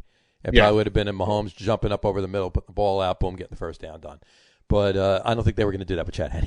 So, but it was a pretty cool play. I mean, Tyreek Hill sold it. Bing bang boom, right there, and all and kudos to him. What is it? What have we called it now? The Todd Gurley rule. Just go down, don't go out of bounds, don't score, don't. He didn't Gurley. Take a set. Don't bonk and don't Gurley. Exactly. So it's I guess the fooling factor of not only actually going for it, but having a pass play, right? You're thinking, okay, well, they're going to try and draw us off sides, and maybe with 1 second or 2 seconds or whatever, they're going to actually snap the ball and they're going to hand it off. No, you wouldn't think they're actually going to snap it and they're going to run a passing play. Right. So no doubt it was a gutsy call, but again, if Henne hadn't played a couple of weeks ago, it doesn't happen. I don't know if you would. No, you're right. You probably you might do it, but you'd be running. I don't think you'd be throwing the ball. Exactly. So, and then and that brings us to the other game, the final of those four. I'll just say one other thing. Sure. I got to think if you're a Cleveland fan, despite the loss, things are looking pretty good for you. Yeah, You went up know against the AFC, but you got to be happy with Baker Mayfield right now. Yeah, I mean, you could say that of all of the teams that lost this past weekend, probably the only team that's a little down on themselves is the Rams. And granted, the Saints are probably licking some wounds because they've lost 3 years in a row now, and when I'm sure could have / should have gotten to the Super Bowl, and we'll talk about that in a second right now. I think Cleveland, they were really Jekyll and Hyde this season. There were a lot of questions about, are they really good? We know they have a lot of talent. Have they really put it together? I think they've kind of put it together. I think they've answered more questions about, yes, they're really good. And they're obviously still going to have growing pains, but sure. Yeah, but not that I really have any love for the Browns, but you got to be pretty happy. I think you got to be happy. Kevin Stefanski is looking like a good coach. I mean, who knows? Maybe he is going to get the Coach of the Year this year. I don't think I could argue with that very strenuously or argue against it. Yeah. Sure, no, not at all. And you went up against the Chiefs, right? You went up against the number one team. Exactly. And you were close. You came close. So nothing to be ashamed about, that's for sure. No, not at all. Not at all. All right, so New Orleans and New Orleans. I was just going to say New Orleans, and before we get to New Orleans and the Bucs, why don't we bring in somebody to talk with us about New Orleans and the Bucs? Here he is, folks. Is it Drew Brees? It is Drew Brees. Here he is, Drew Brees, folks, right there. How you Drew doing? Brees, welcome to the show. Thanks, Drew. Thanks for having me. Sorry, I forgot how to throw a ball, but after you break 37 ribs, it gets tough. Yeah, you really Peyton Manning'd it out there. Yeah, Peyton Manning, I think, with the inability to throw, won a Super Bowl in his last year. So the Saints didn't give you quite the same defense as the Broncos gave Peyton, though. No, and Peyton didn't have to play Tom Brady either. Yeah, Peyton did not have to play Tom Brady. This is true. Yes. And speaking of that, what do we? You know what? I still say though, Brees doesn't throw. Was it 4 interceptions? Right, one wasn't his fault. 3 were, from memory serves. He doesn't throw those 3 clear, forcing the ball in there. I thought he was Ben Roethlisberger a few weeks ago for a minute. I think the Saints actually still do have a shot to win the game because those three interceptions that he shouldn't have thrown led to 17 of the 30 points for the Bucs. Now, that's not to say they wouldn't have scored again, but it's also not to say that those drives wouldn't have kept going and the Saints would have had more points. So until what's-his-name fumbled. Turnovers dictated this game. Absolutely. And Tampa Bay capitalized on them. Saints were rolling before what's the wide receiver? I forget it, number 87. I forget his name. Fumbled that ball, and that just kind of took the wind out of. And Tampa Bay in the beginning of the game was not moving the ball. I mean, Tampa Bay's defense came up incredibly big in this game, and same thing with Green Bay's defense. I mean, if Tampa Bay's defense can play like that again, and create that many turnovers, you can only put Tom Brady within the red zone so many times without. A team without him being successful. And that's really, I think, going to be the key. Again, it's and giving them a shorter field to get there in the first place. Right. You only get so many chances to stop them. You only get so many third downs or whatever. And if they don't have to, go much of the length of the field or they're taking over on the 30-yard line, you're going to be sunk. Right. Yeah, both Green Bay and Tampa Bay's defense, they might be the 2 most improved defenses since the beginning of the year, and they're both playing their best right now. Sure. Green Bay seems to be able to move the ball a lot more consistently than Tampa Bay. So if Green Bay doesn't turn it over, I don't see Tampa Bay winning this game unless they're just able to open up their offense more than they were last week. And so I think it's going to be a close game, though. I'm actually pulling for Tampa Bay, but everything's looking like this should be a win for Tampa. We'll talk about that in a second. I was just going to say, as far as the Saints go, that's 87. By the way, is Jared Cook. Jared Cook, thank you. Okay. Yeah. Thanks, Another lousy Jared. These Jareds, I swear. Name one person named Jared who's good. I'm sure there's a few out there. Any Jareds out there? Write in. We don't want to upset the entire Jared population. Jared population. There's quite a few of them. That's sure, true. there's more than those 2. So. And if there is a Jared listening, you get a free used T-shirt from Radio Pete. Somewhere in one of those boxes behind him. Somewhere in the boxes is the T-shirt of the week giveaway. That's right. You know what? I got comes with a ribbon and a cup of coffee. Yes. I got some overalls I'll send you. There I got you a pair of That's right. pair of game worn overalls that I'll send to you, Jared. That's right. It was is his. it It was when he was in. It was when he was in Dexy's Midnight Runners. They're 3/4 length frayed cutoff overalls. Absolutely. I was the had a strap on the side that he could hang his violin on the. That's right. Yeah. So, Yeah, I was the backup washboardist. And Jared, you can have those overalls if you can prove that you're not a loser like all the other Jareds. There you go. And prove that your name is actually Jared. And prove your name is actually Jared. Actually, you don't have to prove anything. Just be named Jared and contact us. Now, to wrap up the Saints game, do we think Breeze is retiring? Yeah. Think he's done? Yeah. I mean, he wanted he talked on the phone to Phillip Rivers and said, "Okay, you go first, and then I'll retire afterwards." So I don't think Rivers is retiring, but I do. He think did. Breeze. Oh, he did today. Yeah, he announced it. Damn, what do I know? Look, they could always change their minds or whatever. He can always Breeze might feel, he might feel better. How many times did Brett Favre retire? Well, the reason why I didn't think he would is why would you just go for 1 year to Indianapolis? Right. I mean, it just seems. I think they only signed him to a 1-year contract. I think they just brought him in for a year. True, is what it was. So, but and maybe they want to bring Brissett up, and maybe they want to get involved with the whole thing we were talking about before. Not that we'll bring it back up again, but the whole Deshaun Watson thing. I mean, any team is and that's an interdivisional trade too. So interdivisional word of the hour. So I'm sure in your 90 minutes of Jets Giants talk, you talked about. No, we only actually talked for 32 minutes on Jets. The dream of Deshaun Watson playing in the Meadowlands for the New York Jets. I'll bring it up. The reason I brought it up, though, bring it up to you. One of the things I heard was there's been a lot of teams because they're looking for draft capital and they're looking for a serviceable quarterback to use while they rebuild. Sure. Right? So one of the teams that was mentioned was the Broncos. Have you heard anything in Denver about that? Well, yeah, I mean they're talking about it quite a bit, and I just don't think the Broncos have the same capital as having the second pick is a little different. I mean, there's even been some rumors of trading the first pick and saying let's go with Deshaun Watson but there's a lot of talk. I think he'd be a good fit here in Denver. I think Denver's one of those teams that has some other issues going on right now that.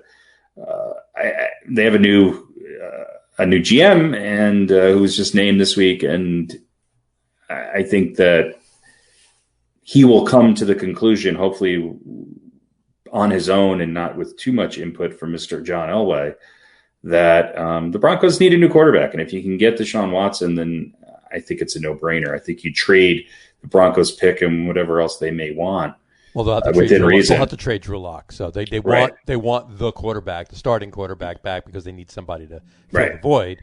Right. And then I think Drew Lock can fill a void, but I don't think he can fill a void as well as, as Darnold would. And I don't think that whatever the pick the Broncos have, what do they have, the 7th pick, certainly is as valuable as the second. So sure. And as you mentioned too, the first pick. Now that brings up an interesting point. What if the Jags get involved here and trade the first pick and Gardner Minshew to Houston, and then T-Law is available at 2? Do the Jets pick him? Well, would he be available? I still think Houston would take him with the first pick. Well, yeah, I guess you would do that. Yeah, that's true too. I mean, if they don't, they're ridiculously dumb. Well, that's true too. Yeah. I mean. It's like you're not going to say, well, we got Gardner Minshew, so why do we need Trevor Lawrence? Well, maybe maybe Bill O'Brien raises a stink out there, even though he's not there anymore, and picks a quite a year for Houston fans. Yeah, you would think they kind of got rid of the stupid when they got rid of O'Brien. Yeah. At least this trend wasn't going on when Hakeem Olajuwon was playing there. Exactly. Or Warren Moon. Well, that's crazy. All right, well. That should wrap up that. And before we get into talking about the games, why don't we talk about the games in Beaten by the coin? And since we, since we took as long as we did with that conversation, Now, Mr. Lug Nutz, you can make your own picks. My own picks. Your own picks. And we were debating whether to enforce the no-show coin pick rule. No, I gave you my picks. I texted you my picks. No, I know that doesn't matter if you don't show. He was bringing up Pete brought up the fact that the original thing was if somebody isn't on the show, the coin is their picks, and the reason he brought it up is because you're only one game ahead of them. So. Right, and also the first week when the coin picked for me, I think the coin went 1-3. So yeah, exactly. Well, look, in my defense, I said no. We know what Harry's picks are. We should just let him pick the games, even if he doesn't show. And Jersey Johnny said, I don't know, the rule is the rule. I did not say that. I have a feeling that might be backwards. No. He actually did. Pete actually said it. Pete said we should just leave it the picks. And he says if he wants to, he's going to go against them and try to shake something up or whatever. But let's give our Well, I might make a legitimate pick that is not the same as yours in one of these two games, but we'll see what I'm still mulling over that. I want my picks are obviously Kansas City and Green Bay, but I want Buffalo and Tampa Bay. There you go. Well, before you actually tell us our picks, let's start the segment. Beaten by the coin. Beaten by the coin. I'm sure I'll lose to the coin. No one wants to be beaten by the coin. Take it away. I mean, the real question here is, do we know if Patrick Mahomes is going to play? No, we have to change this podcast to not be on a Wednesday. It has to be a Thursday because... or it might have to be a Sunday at 10 a.m. Sunday at 10 a.m. Sunday. I'll tell you a quick story. Years ago, my wife was in the football pool at work. She was working for... I think she's still working for J.P. Morgan Chase. And so she would ask me what the... who to pick. But they did their picks on Wednesdays. So after a couple of weeks, I said, listen, you got to tell these guys you can't do your picks on Wednesdays because the injury reports don't come out till Thursday. Right. So the next week she went in, she handed in her picks, and she went, we really shouldn't be doing this until Thursday because the injury reports come out on Thursday. And so they actually changed and made Thursday or Friday, I think, the day to put the picks in. There was no Thursday Night Football then. They made Friday the day to put the picks in, and everybody thought she knew a lot about football. There you go. Well, she did, right? Well, she knew because of you. She knew a lot. She knew a little bit. We used to watch the games and stuff, but she went in and just said, like someone who really knows what they're talking about. This really isn't right, guys. We don't even have the injury reports. We can't be making picks. So I don't know if they thought she was like some sort of maniacal gambler or. Like, I don't know. She knows football. And I think I did fairly well that season. So I guess they thought she knew football. She's pretty good with her picks and got them to actually change the day that they went in. There you go. How did we? Hilarious. So how did we do how did we do last week? Well, look, the coin went 1-3. I went 2-2. We all lost with New Orleans, obviously. You guys both went 3-1. And I lost with Baltimore. The coin lost with Baltimore, Cleveland, and New Orleans. So Johnny now 63-23. Harry's 56-30. I'm 55-31, and the coin is now 4 games under 500 at 41-45. So no chance of anybody catching anybody except for me possibly catching you, Mr. Nutz. So I'm going to put. So you're going Green Bay. I'm going Green Bay and Kansas City. In Kansas City. All right. I mean, both. I think. I mean, if Mahomes doesn't play, I think it's a completely different ballgame. I agree. And what we said before too is we mentioned the fact that the Chiefs have not actually come out and announced that Patrick Mahomes suffered a concussion. They just keep saying he's in the concussion protocol. Anytime anybody suffers a concussion, they said, okay, so-and-so suffered a concussion on Sunday, and he's in the protocol. They have not said that. They said he's in the concussion protocol. What do you think that means? I think that means it's more likely he got, it was more like he got choked out, and that's why he was a little... So he didn't have a concussion. So he didn't actually have a concussion, and I think that's why they're just, hedging their bets and a little gamesmanship. And so he had what happened to him is what happens when Andy Reid tries to choke down too many wings at the same time. Exactly. Oh, by the way, gets it stuck in his face shield. I did forget to mention this before. Grocery stores, convenience stores in Buffalo have pulled all of the bottles of KC Masterpiece barbecue sauce off the shelves. Yeah. So All three of those Buffalo stores are just. It's because they looked at him and they expired in '87. I was going to say I don't think they made that anymore. But anyway. It took them nearly an hour at the Piggly Wiggly. That's right. Those shelves are big and deep. So I feel the same way. I know Harry had said earlier that if Mahomes plays, I'm going with the Chiefs. If Mahomes doesn't play, I'm going with the Bills. So not that we're going to do any contingencies, but I feel the same way if we're just making that statement. But as far as my picks go, I'm in lockstep with Harry. Packers and Chiefs. Packers over the Bucks. Chiefs over the Bills. Well, I'm going to agree with you guys on Green Bay. I think I don't think Tampa Bay's defense is going to be able to hang with Green Bay's offense, and Green Bay's defense. I don't think they played a pretty darn good game, but I don't think that's indicative that they are now suddenly a stellar defense either. But Right. if they can get to Brady a little bit, the Giants had success in punching Brady in the mouth in a couple of big Super Bowl games, I guess they were. And if Green Bay can get to do a little bit of that, I think they can overcome. And Tampa Bay, they didn't look good in the beginning of that game, so I'm going to go with Green Bay. I'm going to take Buffalo, because I tend to agree that probably Patrick Mahomes did not have a concussion, Right. Or if he did, it was a mild one. He does have a toe injury, and maybe that's not a big deal either. But he might suffer some effects from that. And Kansas City, look, as good as they are, they've been kind of dancing on the edge. And I just feel like Buffalo is a team on a mission here. And I'm a game behind, quite honestly. So either got to do something to have it come down to the Super Bowl. So this week it will either come down to the Super Bowl or we're done. Or you're done. And I'm third, and I'm fine with that because I beat the coin. So I'm going to take the Buffalo Bills. There you go. And we will now flip the coin for the Tampa Bay Green Bay game, which comes up heads.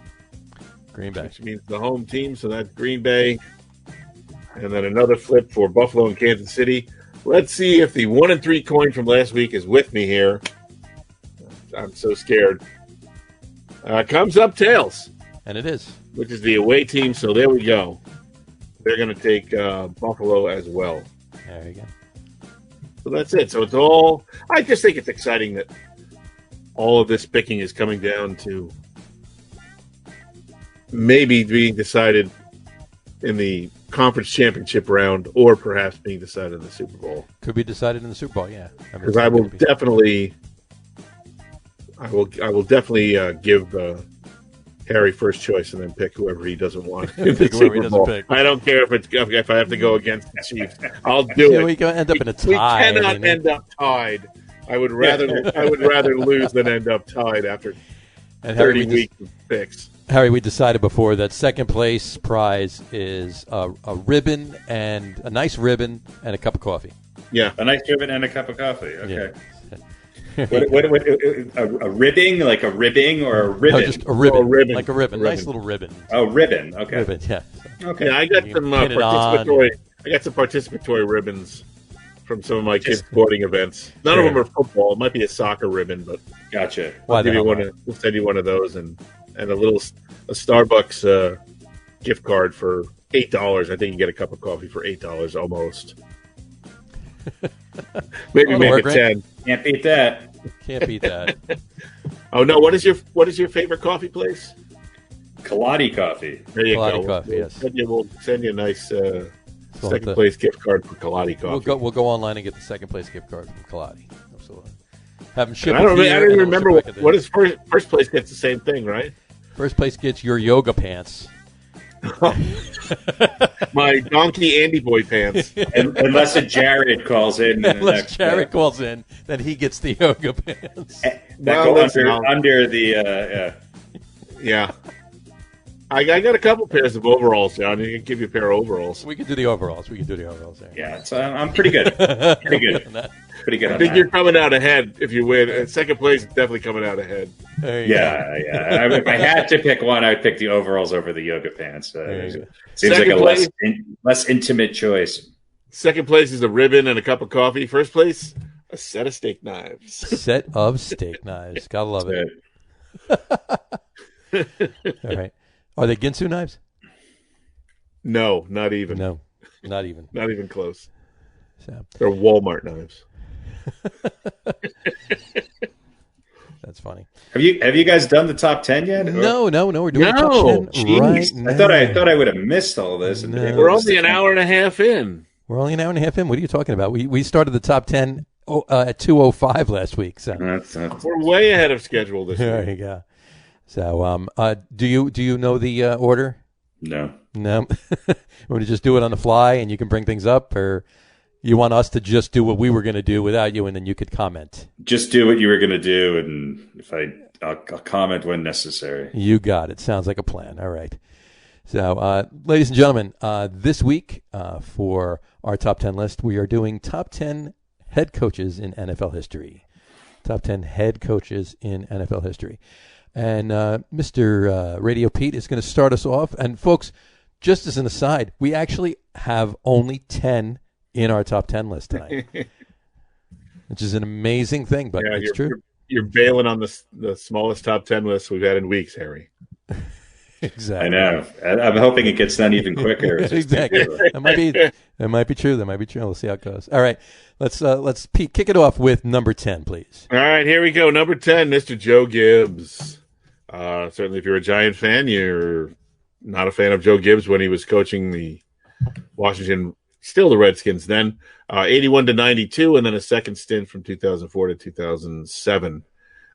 16 years, 17-7 in the playoffs, 5 division titles, 4 Super Bowl appearances, and a 3-time champion in the Football Hall of Fame in 1996, and on the NFL 100 all-time team. And Gibbs, Super Bowl champion, 3 different quarterbacks. The Hogs, Theismann, a lot of things to hate about Washington back then. I never liked Theismann, but I liked Washington because, of course, they were a rival of the Giants. And Gibbs, I don't know. I always kind of feel like he doesn't get the respect he deserves. Well, that was my You mentioned that today. Which is 10th on our list, apparently. So, but look at the names, the rest of the names on the list, too. I mean, this is in good company still. So, listen, you don't win 3 Super Bowls and not be somewhere at least close to the top 10 list. Sure.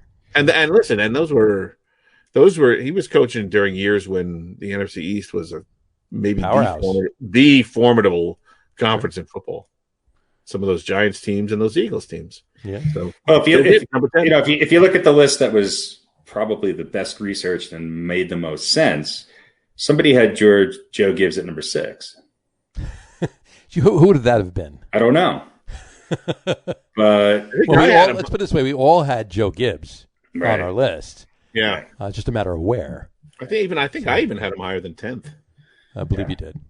He was a great coach. Those were great teams, obviously with Riggins and Theismann, and I love the Hogs. Even though I was a Giant fan, whenever offensive linemen start to get credit for anything, I mean, this was a team that blew your head off on the line of scrimmage. I mean, what were the receivers called? The midgets or the Smurfs? Smurfs. The Smurfs. Yeah. So I mean, you had the Hogs, the Smurfs, John Riggins, and Joe Gibbs. I mean, it doesn't get any better than that. No. Come on.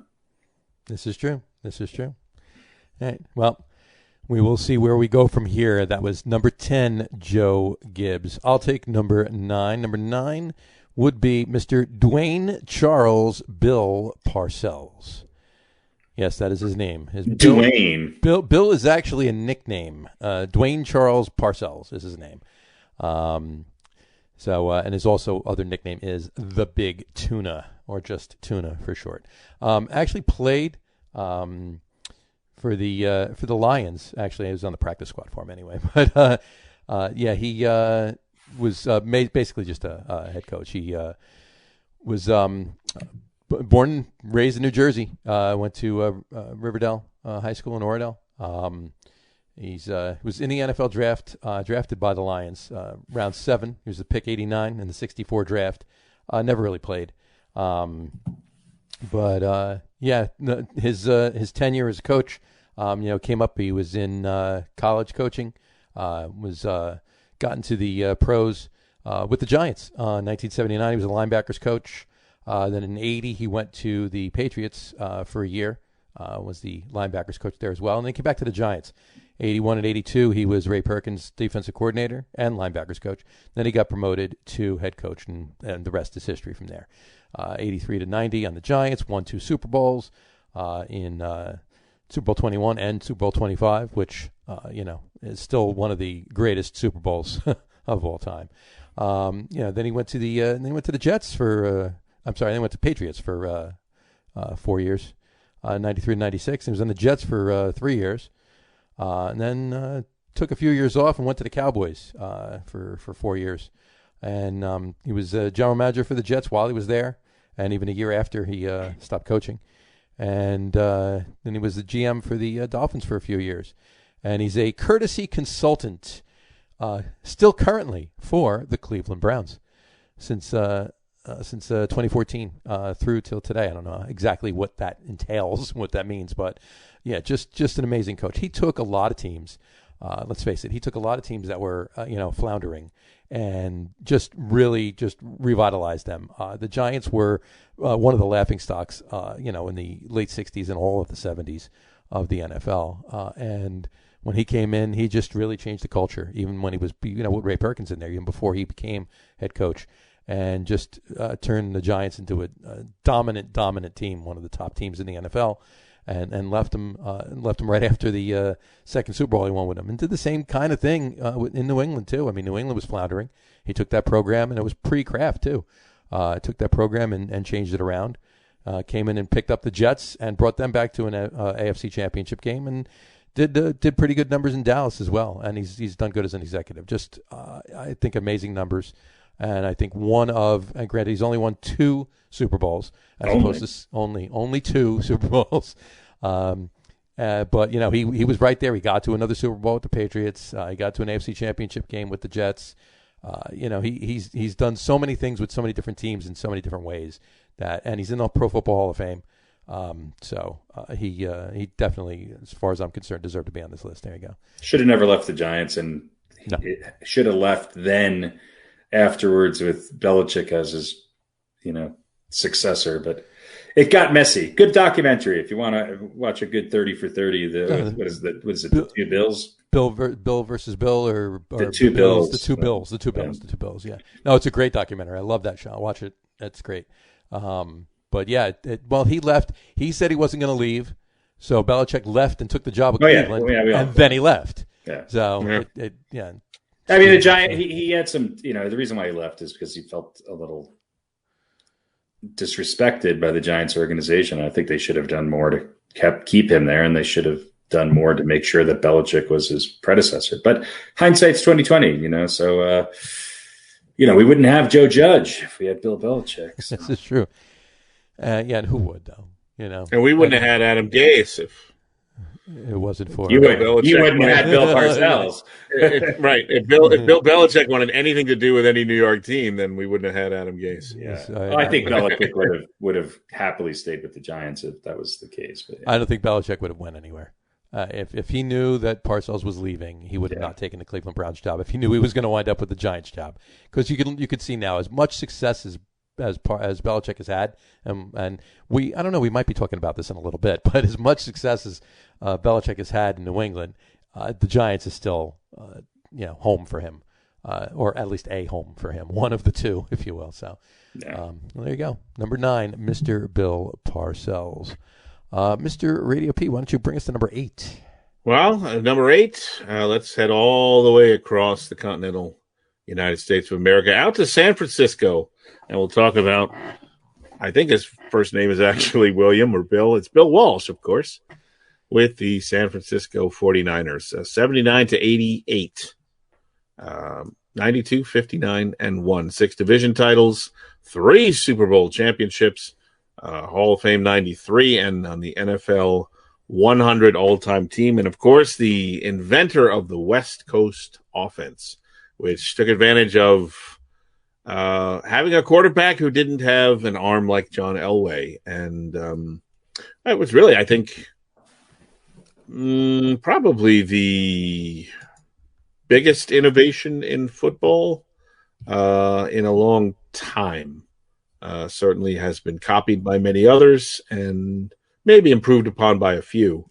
But Bill Walsh was the guy. I mean, it was good enough to basically win 4 Super Bowls, although he was only the coach for 3 of them. And George Seifert did bear the fruit of the Bill Walsh. He was an executive too. But Bill Walsh didn't leave the 49ers. He just stopped coaching. He was an executive with them at the time. So, but top 10 executives. We might do that list next week. We might do that. Yeah, this is very true. Punters and executives. That's what we should have done. We'll make some 5 and 5 punters and executives. But yeah, I mean, I don't know if there's anybody who's had, certainly in the quote unquote modern era, who's had more of an impact on football offensively than Bill Walsh. No, I mean, what team isn't using some form or facet of a West Coast offense right now? And that's what the game has come to. It's not your gritty smash mouth 7-3 victories anymore. And if it is, people are turning the game off. It's about viewership. They want to see 85-57 games. Who's they? They, not me, but Yeah, I mean, he made. I think his biggest innovation was turning, the second and third option, these little dump down passes, into an art form, and those were some good teams. He had some good talent on those teams, that's for sure. Yes, he did. Well, there you go. Number 8, Mr. Bill Walsh. Pete, why don't you also do number 7? Why don't you bring us into number 7? Oh, that's right. I got to do number 7. Hang on a second here. You got it. Forgot. Pull it on up. I will. Roll the ticker so he knows what it is. I know who it is. I just don't have. I don't have his stats here. I had him on one of the. Oh, here we go. Okay, there you go. Sorry, my bad. Let's see. What number is this? 7. Number 7. Paul Brown, Cleveland Browns. There you go. 3 NFL championships. And Brown on Brown. Or what is the AAFC? What can Brown do? American All-American Football Conference. All-American Football Conference. That's it. Many people credit Paul Brown with inventing basically a playbook or the playbook. I don't know what they did. Maybe they just scratched stuff in the dirt like you do with a pickup game before then. But he was a football innovator. A lot of things that still go on, still measurements of modern football, things like the 40-yard dash and the face mask. An incredible coach, and as I said, an incredible innovator to the game. It's as far as if you had a ranking for effect on the game overall, Paul Brown would be probably in your top 3 or 4 with respect to his overall effect on the game. Oh, sure. And certainly belonging on the, although on our list, there are actually a couple of other lists that I was looking at that he didn't really come up on, which surprised me. Okay. Oh, here we go. I found my webpage now. Had a 66% winning percentage. Yeah. And, 213, 104, and 9 in 25 years. 14 division titles, 4 AFC championships, 3 NFL championships. The NFL All 100. 7 championships. 100 all-time team. Yeah. Absolutely ridiculous. So, again, the AAFC from 46 to 49, and Cleveland from 50 to 62, and then again in the league with Cincinnati from 68 to 75. Sure. And their stadium was named after him, too. Cleveland. Cincinnati. Yeah. 10 straight title appearances with Cleveland, and that is a record. Although I guess 3 or 4 of those were with the All-American Football Conference, the AAFC. Right. But still kind of the, obviously the predecessor to the modern NFL.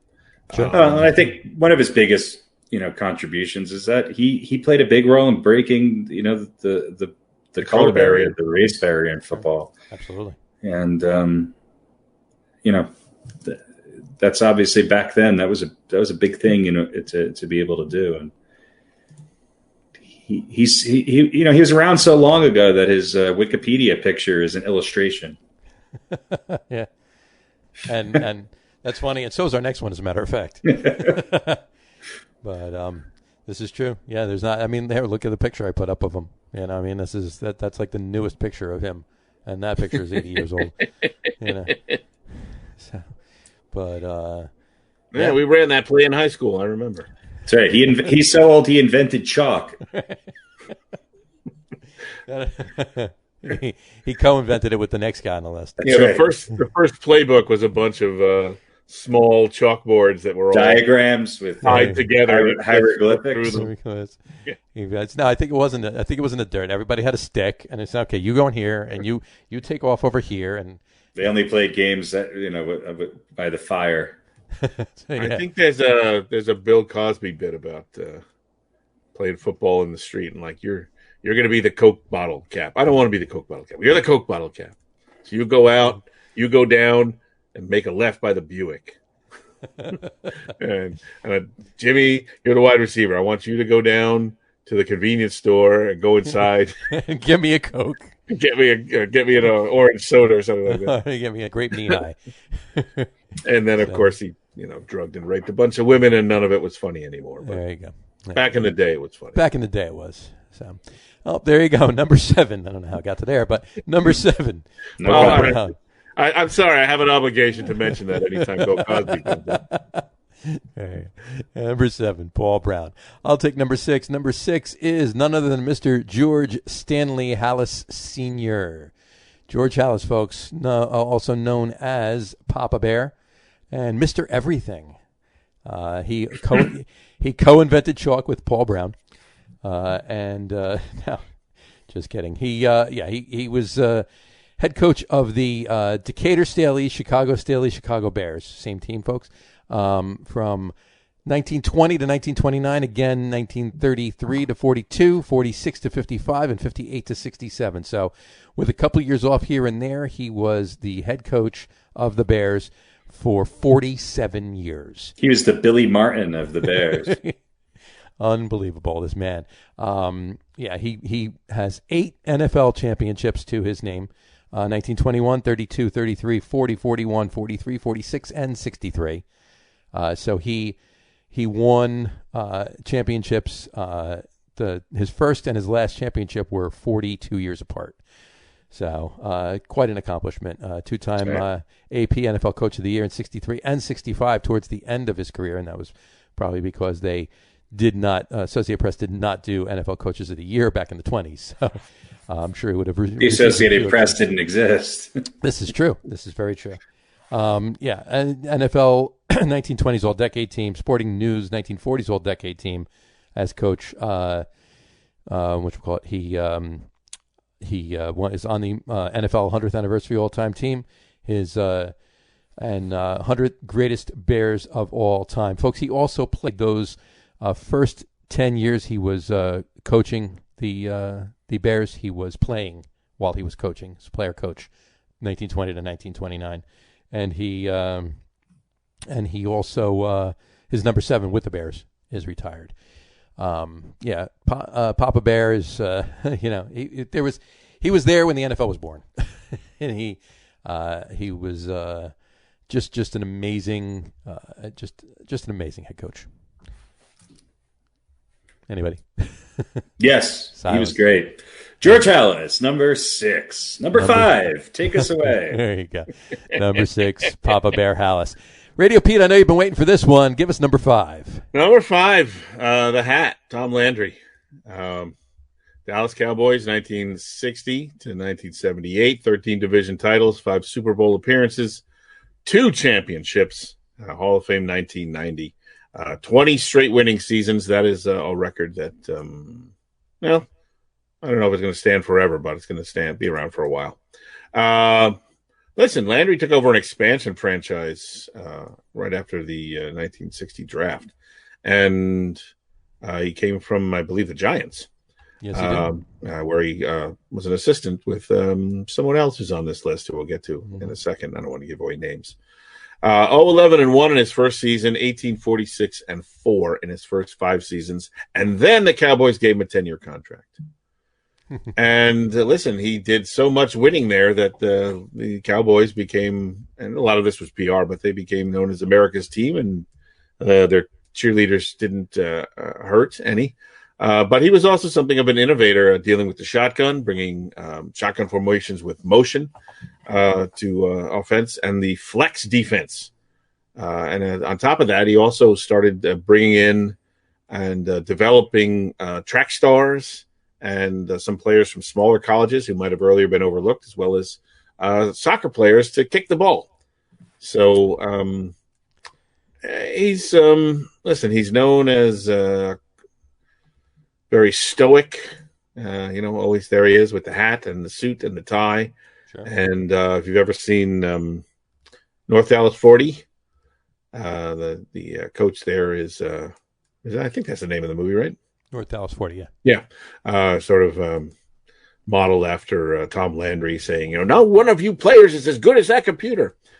But again, he was an innovator and a great coach, and he turned the Cowboys, basically took them from being a laughing stock to being a champion.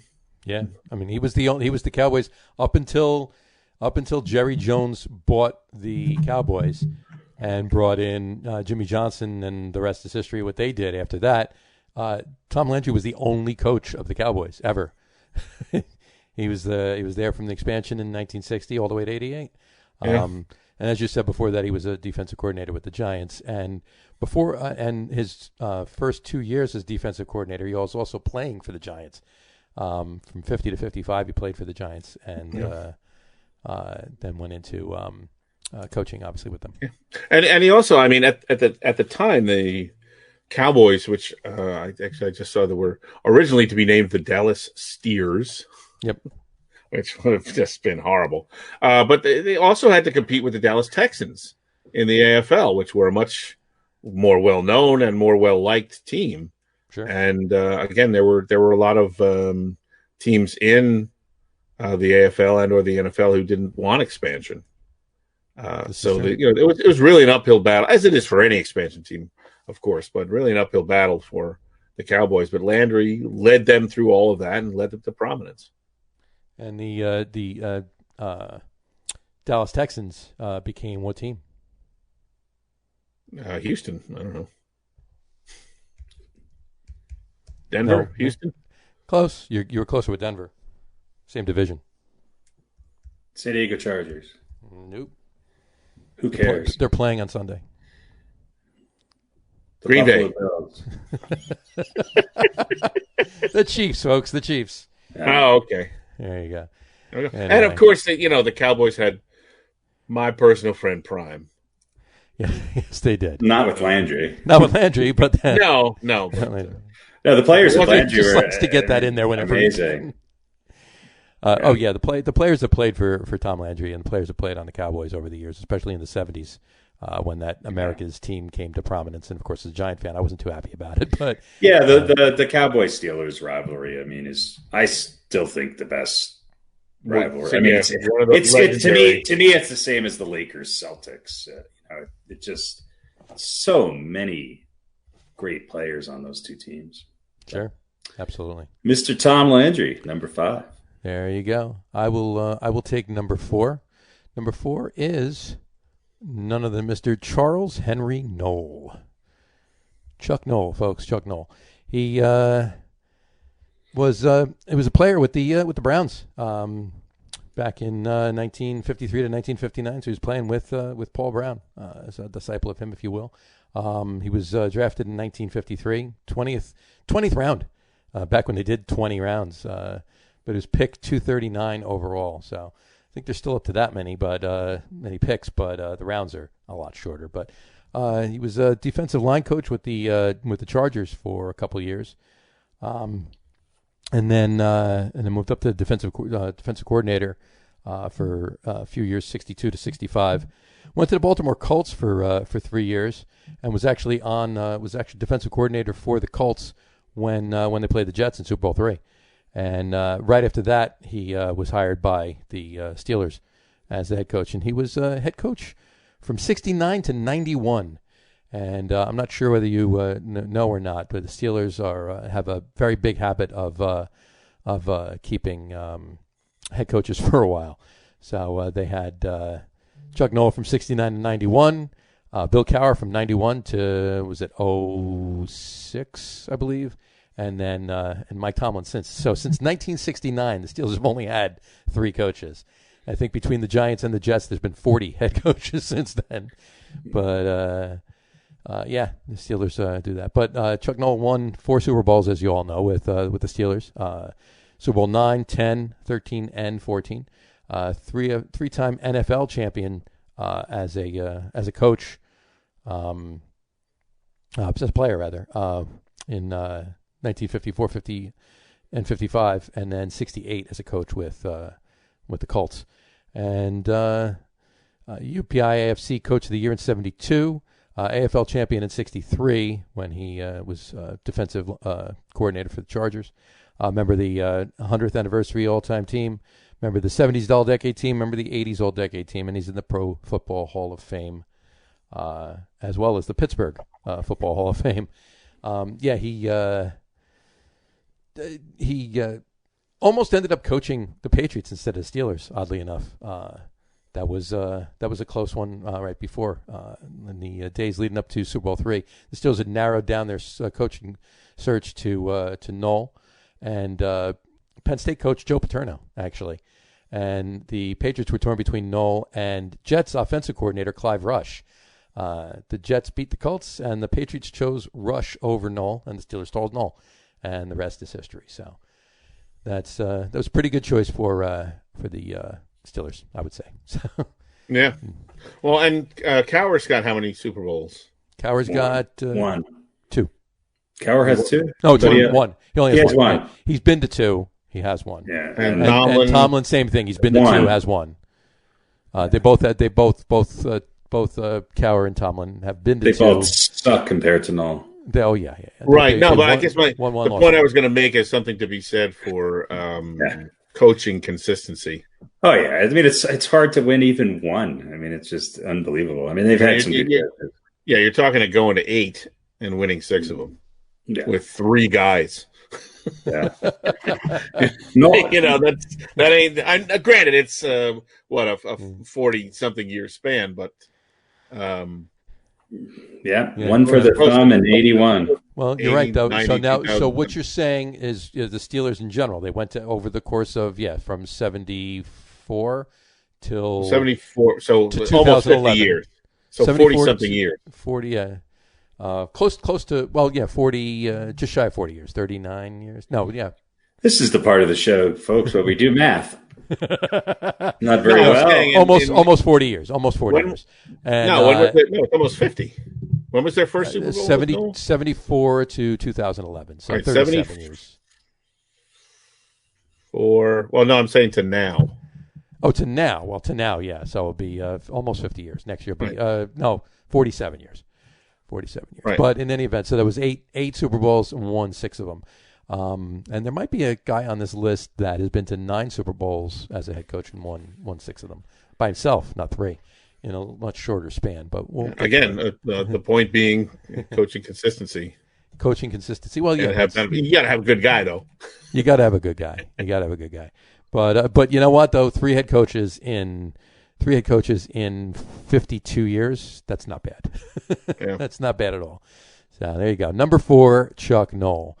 Why don't you bring us to? Actually, you know what? I'll do number 3 as well. Number 3 is Mr. Donald Francis Shula. Don Shula, folks.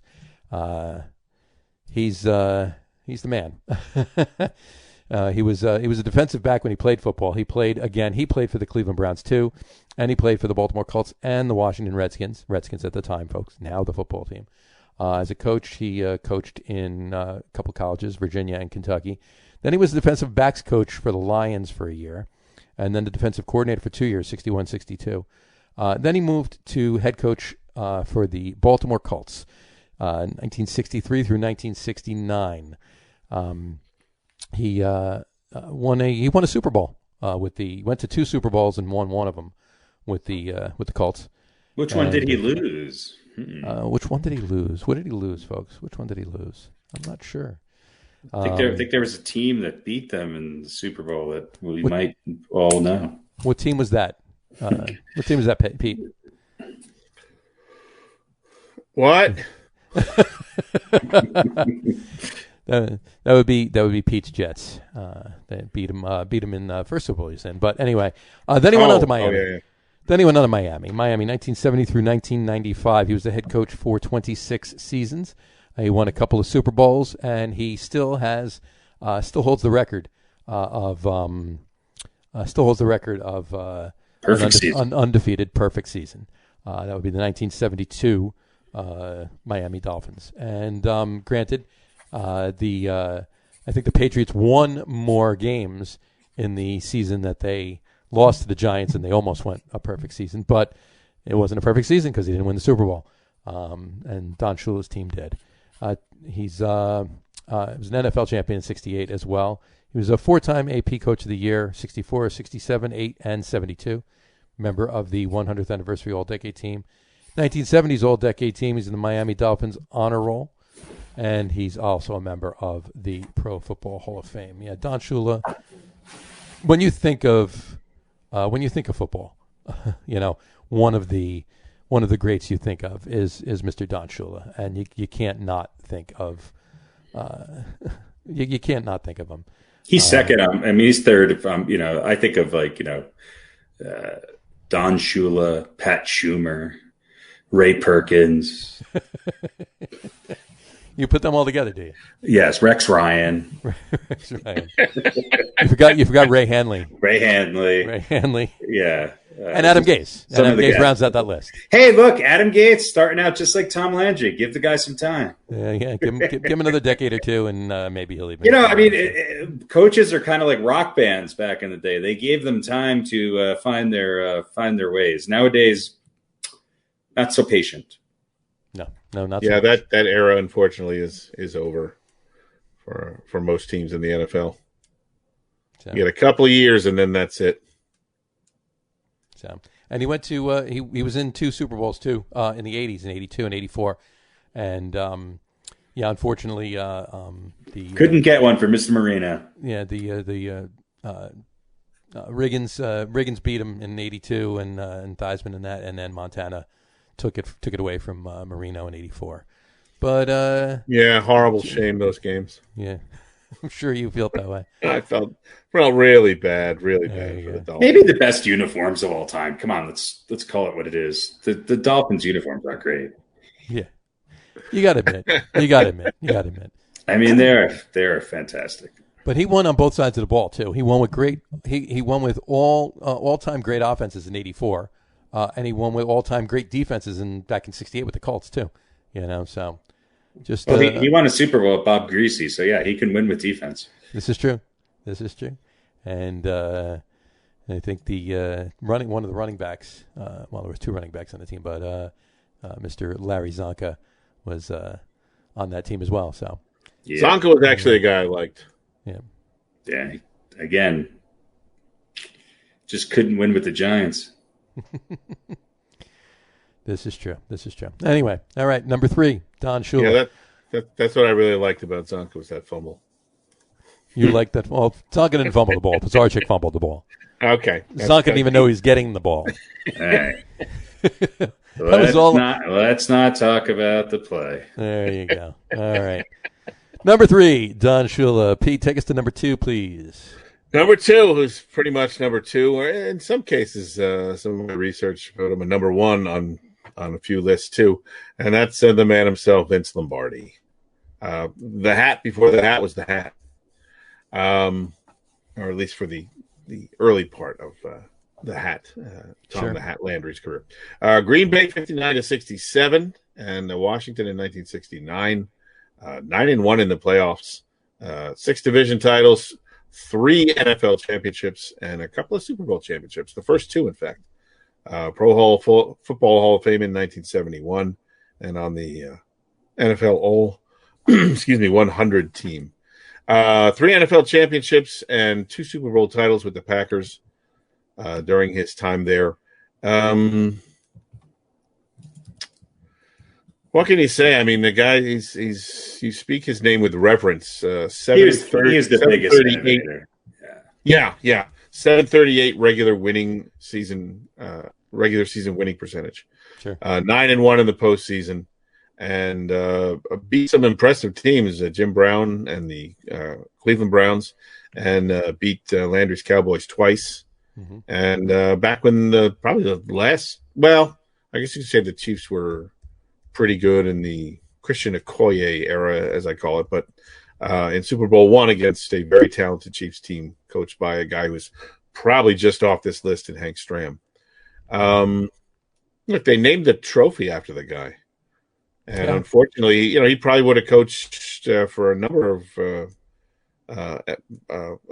more years. But of course, he died in 1970 of colon cancer. So, but yeah, they named the trophy after him. That's kind of the impact that he had on the NFL. Anybody who's anybody who wants to coach in the NFL would, it would be a crime not to study the life and times of Vince Lombardi. Absolutely. And I read one thing. I'll read it really quick. One of these blog posts is to simplify NFL coaching history into bullet points. George Halas invented it. Paul Brown professionalized it. Bill Walsh refined it. Bill Belichick re-engineered it for the information age. And as for Vince Lombardi, he gave coaching an ethos. So, if you will, whole books, documentaries, and award-winning plays have been written about Vince Lombardi. So, he sort of made the coach into a character, or somebody who was not a character as in a clown, but somebody who was as well known as the team. Sure. Coaches were not necessarily the embodiment of the team. And Lombardi was so good and such an innovator and such a personality that he was able to do that. And I also believe he was the first coach to draft African-American players in the first round of the NFL draft. Mm-hmm. So we talk about somebody who was breaking racial barriers as well. Sure. Vince Lombardi. And he also came from the Giants as well. He and Tom Landry were on the same coaching staff. Tom Landry was the defensive coordinator, and Vince Lombardi was the offensive coordinator under Jim Lee Howell back in the 50s. They won the 1956 NFL championship together. And you're somebody if they name a rest stop off the Turnpike Avenue in Jersey. Yeah, Fordham. That was always my favorite one to go to. Absolutely. There you go. For many reasons. So much better than the Florence Nightingale rest stop. Yeah, right. The holes were bigger in the stalls. Look, Vince Lombardi, this is my favorite quote, and I still think this is true today. I don't care what anybody says. Football is 2 things. It's blocking and tackling. I don't care about formations or new offenses or tricks on defense. You block and tackle better than the team you're playing, you win. It's that simple, and it still holds today. I mean, Vince Lombardi was maybe the best X's and O's guys, and certainly a lot of what he did back then is still relevant today. Yeah, but that's the expanded version, and well put too, of saying that football is one in the trenches. Yeah. Right. The lines on both offense and defense are the foundation, right? If you don't block well, you can't run. If you don't block well, you can't protect your quarterback. And it's the reason why he said the best player he's ever coached was Forrest Gregg. So, it's true. I mean, blocking and tackling doesn't only happen at the line of scrimmage, but most of it does. Sure. And it's true. The team that blocks and tackles the best wins. Yes. Very true. I wonder what Vince Lombardi would think of the lack of tackling in today's NFL. I think he'd have a lot to say. I think it'd be worthwhile listening to. I think there'd be a few choice words in there. And I think, I think Roger, I wish the ghost of Vince Lombardi could come back and have a sit down with Roger Goodell. Yeah. It'd be fucking wonderful to see. Wouldn't that be all right, nice? There you go. Number 2, Vince Lombardi. Number 2, Vince Lombardi. I will take number 1. Number 1 is none other than Mr. William Stephen Belichick. Bill Belichick, if you will, folks. He's our number one. I believe our top three were in lockstep on the top three. Number one, although Pete might have written Bill's name differently. You mean Cheater Bill? Number one is Bill Belichick, folks. He was always coach. He coached he was a special assistant with the Baltimore Colts in '75. He was assistant special teams coach with the Lions in '76, receivers coach with the Lions in '77, assistant special teams coach and defensive assistant with the Broncos in '78, and then he moved home, to his home in New York. Special teams coach and defensive assistant in '79, defensive assistant with Bill Parcells, linebackers coach and special teams coach 80 to 84 with the Giants, and an 85 to 90 defensive coordinator. Won 2 Super Bowls with the Giants. And then he left the Giants because he got the opportunity to be head coach, not knowing a couple months later that Bill Parcells would leave the Giants, and he could have had that title as well. But went to Cleveland for 5 seasons, 91 and 95. Won a division, I think, was the last time Cleveland won the division. I believe. Definitely made the playoffs. Actually, no, they didn't win the division. They made the playoffs. They haven't won the division since '87, I believe. But then he went to New England for a year with Bill Parcells and hooked back up with him, and then went to the Super Bowl that year with the Patriots. Then went to the Jets with Bill Parcells from '97 to '99. Then I think he was head coach for an hour, Pete, for the Jets. He quickly resigned via. I think he left a note on the pillow. He's like, wait! This is the Jets. Oh, I'm sorry. Yeah, he was resigning as the HC of the NYJ. Wasn't paying attention. No HC equals NYJ, right, or something like that. But he was Bill Belichick does not equal HC of NYJ. Well, he was the assistant head coach and defensive coordinator for 3 years and went to the AFC Championship the year before. And in '99 anyway. And then since 2000, so for the last 21 seasons, he's been head coach of the New England Patriots. And the rest is history. 6-time Super Bowl champion with the Patriots, 2-time Super Bowl champion as a defensive coordinator with the Giants. He's been to 12 Super Bowls between the Giants and the Patriots. 3-time AP NFL Coach of the Year, 03, 07, and 2010. First team NFL 2000s All-Decade Team, 2010s All-Decade Team, 100th Anniversary All-Time Team. He has the most Super Bowl wins as a coach, 6. Most Super Bowl appearances as a head coach, 9. Most NFL championships, he's tied, which would be 6 as a head coach. And most playoff wins as a head coach, 31.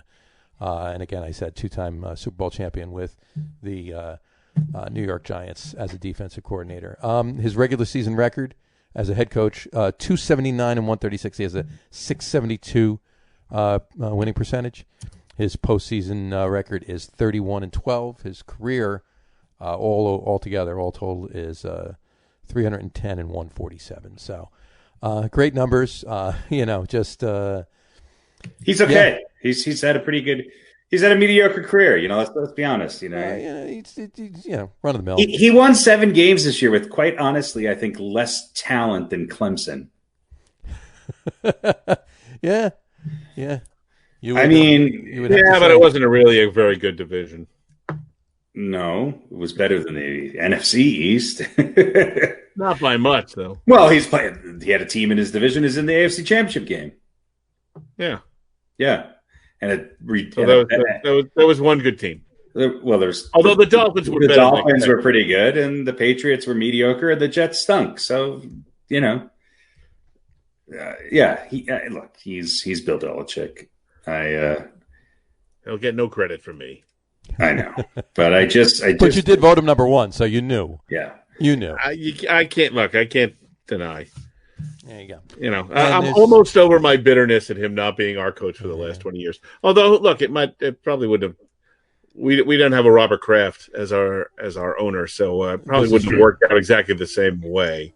Yeah. Well, Robert Kraft probably a little closer. supporting NFL coaches and massage parlors throughout the Well, you know, Since 1997, yes. But yeah, no, hey, you know what? He's the only coach. He's number one on our list, and he's the only coach that's still coaching. So, And the best press conference is tied for me with Greg Popovich. I mean, without a doubt. Like I'd rather watch a Bill Belichick press conference over like an Academy Award-winning movie any day. I want to see a press conference with Bill Belichick asking Greg Popovich questions. That's right.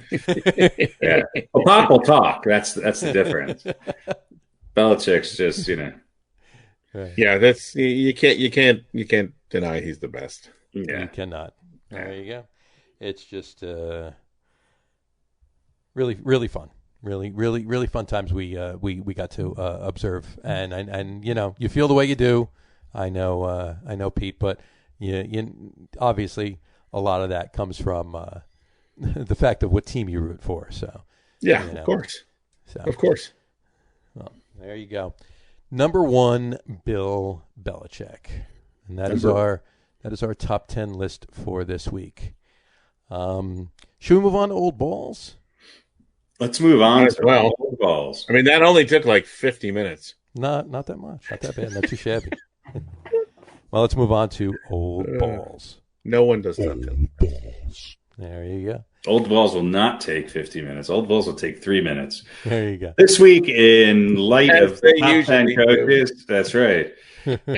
Well, depends on what you're talking about. Yes. This week's old balls will have you up in the middle of the night. A pair of old balls, and to me, pair of old balls. To me, these guys, one of them was on my list. The other one, I think, gets forgotten a little bit because of somebody else. So, the first ball on our old balls is none other than Curly Lambeau. Yes, ladies and gentlemen, Lambeau Field is named after Curly Lambeau. He played for the Green Bay Packers from 1919 to 1929. He was a player coach of those years because he was a coach of the Packers from 1919 to 1949. He won 6 NFL championships and had a 226 and 132 record. Over 600 winning percentage, and he won 229 games as a coach. Look, his name was Curly. He was. There would be no Green Bay Packers without Curly Lambeau. No, he was. I love these guys who were player coaches. It just reminds me of Paul Newman at Slapshot. Yeah, right. Yeah. Yeah.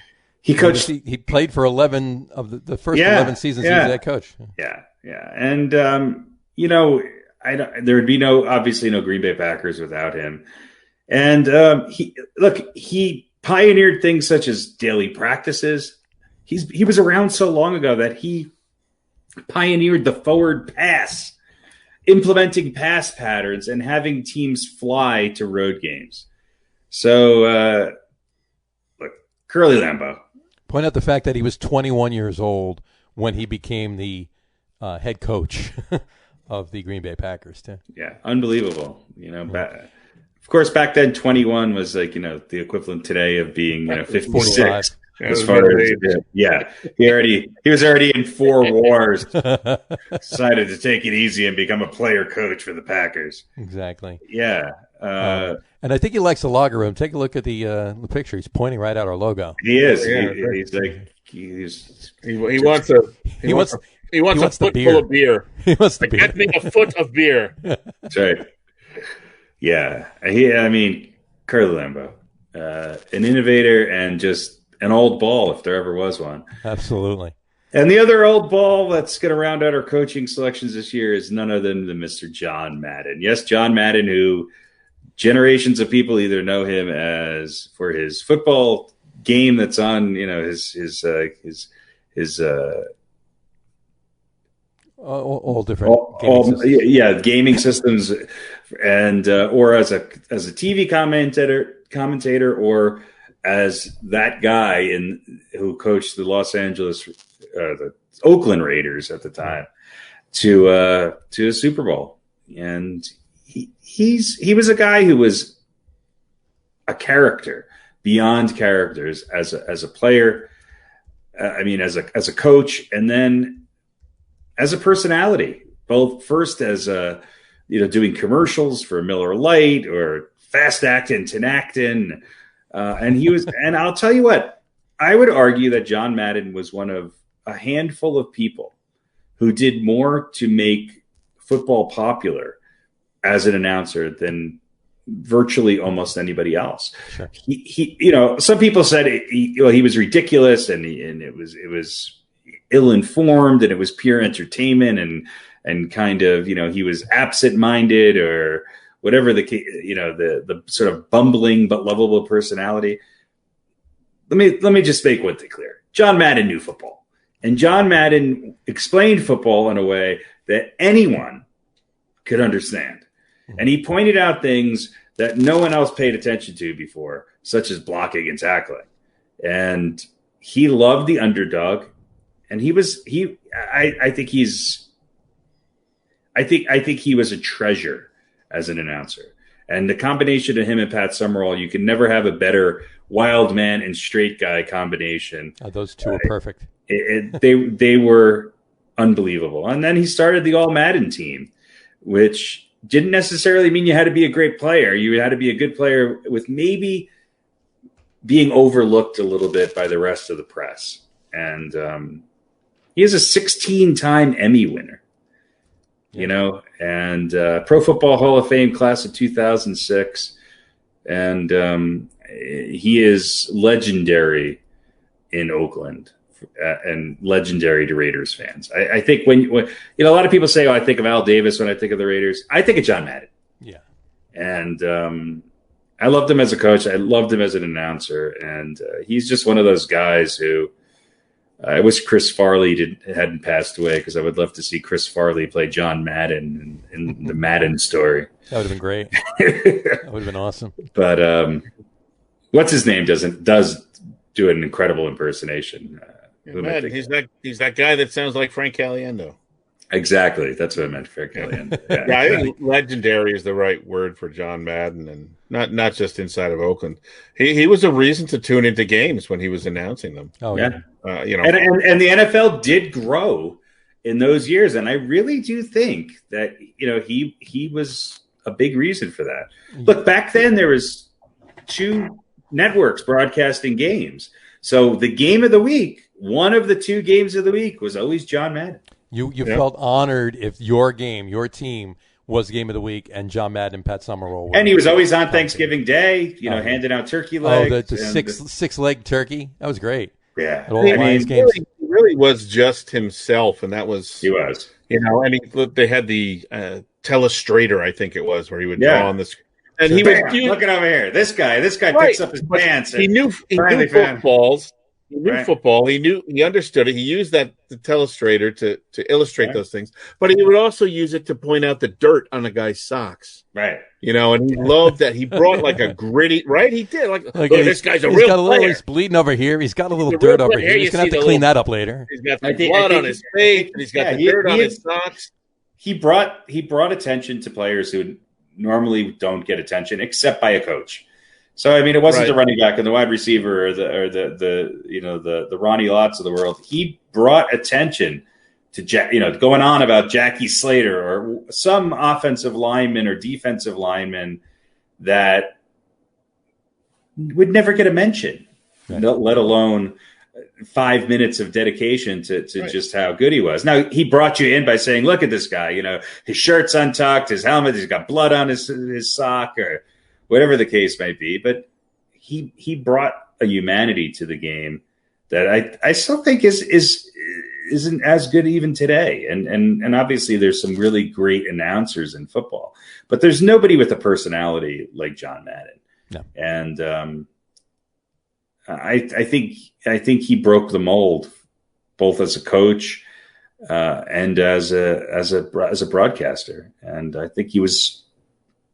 He was on my list at the very bottom, but he as a coach. But he's certainly. I don't think there's ever been a greater announcer in football history. Yeah, I agree.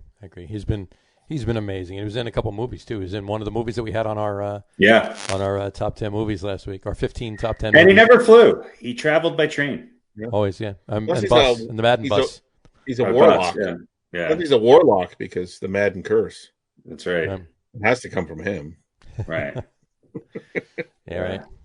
He was an interesting guy for sure, and he's missed. I miss him dramatically. Yeah.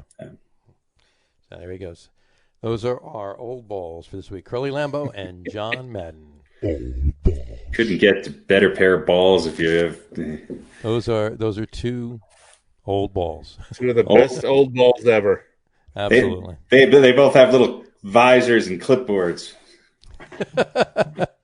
The balls. Yeah. Absolutely. So, all right. Test the coaches. Test the coaches. Oh, you gotta love that. All right. Well, speaking of balls, and what's right above it, let's move on to some hot stove. Little hot stove. And last week the Mets had a good week, and this week the Mets had a bad week. All right. Speaking of balls, let's talk about that other Jared. Yeah. What? I'll tell you, he obviously wasn't texting with George Springer. No, not so much. Oh, maybe he was. So I don't know. Maybe he was. Maybe that's the reason. Yeah, maybe that's why he didn't come. Sure. No pun intended. No pun intended. Or. Yeah, But, his texts were so good he went to Canada. He had to go to Canada. Canada became closer to Connecticut than Queens did. So, you know what? I gotta ask. And I know this is two different regimes. I know we're talking about, the Wilpons and Brody Van Wagenen last year and Steve Cohen and Sandy Alderson this year. But why is due diligence not getting done? All right. You're going to tell me that ESPN knew about these texts and this issue 3-4 years ago, and the Cubs knew about it back then and everything else, but the Mets never found out in all their investigation on Jimmy Porter? The Mets consultant was Brett Favre. Oh, well. I would ask the question or say maybe due diligence was done. And to me, this is worrisome because it could be, in fact, more indicative that there is, as we were just saying before, the Old Boys Network still alive and well. Right. Maybe this was known and it was thought, well, It was shoved under the rug 5 years ago. It's been kept quiet for 4 to 5 years now. And, he's obviously not going to do it again. He's learned his lesson. I don't know. I find it really, really hard to believe that there was nothing known about this, that the Mets didn't have some kind of inkling, that there wasn't some rumor that they could have followed up on and found out about this. And if that is really the case, then I think, you have to I can't hold ESPN at fault, but I can hold the Cubs at fault for not saying something about that. I know they're trying to protect the reporter. Sure. But you've got to say something. I think you've got to say something to another team about that to give them a heads up. I just, again, I find it really hard to believe the Mets didn't know anything about it, and it's worrisome to me because maybe this thought that, okay, well, it happened, it's over, he'll never do it again, and we're not going to hold it against him. Instead of, because it was so heinous. It wasn't a couple of texts; it was 60 freaking texts. And whether they were pictures of his nether regions or some stock foot, I don't know where you find. Where was he going to find that? He had a stunt cock. Shuttercock, I think, is the website where you find stock photos for dick pics. Shutterstock, Pete. Shutterstock. No, that's where you find pictures of families and trees. Shuttercock is where you find dick pics that I want to send. But just to me, that just kind of says this guy obviously just there's a power trip kind of privilege to him to think that this would be okay, and to go 60 texts and have to finally be told by the reporter, "Hey, knock it off," before you then stop. That's something wrong with that. She said knock it off. She said knock it off, and then after she said knock it off, he sent that final picture. Yeah, there's something wrong with that mentality to think that that is number one, okay at all, right. But number two, to continue literally dozens of times with text and with pictures and whatever. To me, this is indicative that the Old Boys Network is still out there, and I don't think the Mets should get any credit for doing the right thing, other than the basic credit of doing the right thing. They don't deserve to be praised for firing him, and they could have fired him several hours earlier. Quite honestly, yeah. And I don't think they're looking for praise. I'm not giving them any props for it. But I don't think they're looking for praise. They knew they had to do what they had to do, and that was it. It was like 8 hours later, it was done. Right. There's some other pundits that I'm listening to that are not praising them, but they did the right thing and blah blah blah. Yeah. Well, there's no other option than doing the right thing. I know. You shouldn't get a pat on the back for doing what you're supposed to do. Exactly. I don't know. I don't get it, but hey, you know what? They have a deep front office now. The people they hired, the one guy, I forget his name escapes me, that they hired as the assistant GM. He can step up there. Obviously, Sandy Alderson has plenty to say about things, so I don't think they have to rush to fill the void right now, but soon would be a good idea. But they'll probably have to bounce back to their whoever came as the runner-up to that. But it's a little reminiscent of kind of the ham-handedness that the Mets have handled things in the past. Right. Alderson, like that. What does it matter what the woman's nationality is? There's no reason to even bring that into the conversation. I think we can all agree that Jared Porter is a dick. Yeah. Yeah. That didn't get the reaction I thought it would. Harry's doing research on Shuttercock right now. Oh no, I have my stock footage. You're all set. There's only a few rules I have in life, and one is to never send a picture of your junk to anyone. Period. Yeah. Not even your urologist. No. I will not video conference with that guy. Yeah, it's just it's just ridiculous. Yeah, it's ridiculous. But I also think it's easily recoverable from. It happened. You fucked up. For the Mets, not for him. Move on. Yeah, for the Mets, not for him. For the Mets, not for him. He's done. So yeah, and I saw some tweet or something. Maybe it was on Facebook, and they're like, "Well, why should he have his life ruined?" I'm like, what? Like, how does he recover and redeem himself? I'm like, I don't know. Well, I think he's gonna. Don't send 60 texts and dick pics to him. I think he's going to look to become a social worker now. So. Maybe. I don't know. If he's thrown out of baseball for life, that's fine with me. He just signed a deal to be Louis C.K.'s manager. There you go. There you go. Which going to be in charge of his. No, hold on. In defense of Louis C.K., Louis C.K. asked permission before he did any of this. And he did use his own dick. And he did use his own. He didn't use stock. There was no stunt cock involved. Yeah. Which there is a big stunt cock industry out there. It is. They do have a good base of people they can turn to for that. But let me ask a question though. This whole debacle and mess with Jared Porter, I can't help but wonder. George Springer and this whole George Springer ordeal was going on and on and on and on and on. And the day after this Porter news breaks, Springer signs with the Blue Jays. I can't help but wonder that it had anything to do with it. I think Springer was going to the Blue Jays. I think he had his mind made up. I just think, and I'll tell you what I think kept Springer from signing with the Mets was the Mets signing Lindor. Yeah. Because he figured, but you know what though? But here's the thing: they would have had to pay him now, right? And they would have had to pay Lindor and Conforto later. So Springer would have been locked into his money. Yeah, I think the Mets knew that Springer's first choice were the Blue Jays, and that's why they went ahead with the moves that they went ahead with. Well, if you think about it too, I mean, they weren't going to get Lindor. They weren't going to make the trade. They weren't going to do this. They were going to have either Rosario or Jimenez or both of them at shortstop, and they were going to get Springer for center field, and that was going to give them good defense in center field and another huge bat for the lineup. Well, now they got another huge bat in Lindor. So do they need? I mean, yes, it would have been awesome. They would have catapulted right to the top of possible National League champs. With Springer in center field, but do they need Springer in center field? Or would an average bat with an amazing glove suffice in center. I think the real question is, should For they a lot cheaper. should they have really focused on getting Springer in lieu of Lindor or some of these other secondary add-ons? And I think the answer is yes. I think the reality is that Springer did not want to go to the Mets.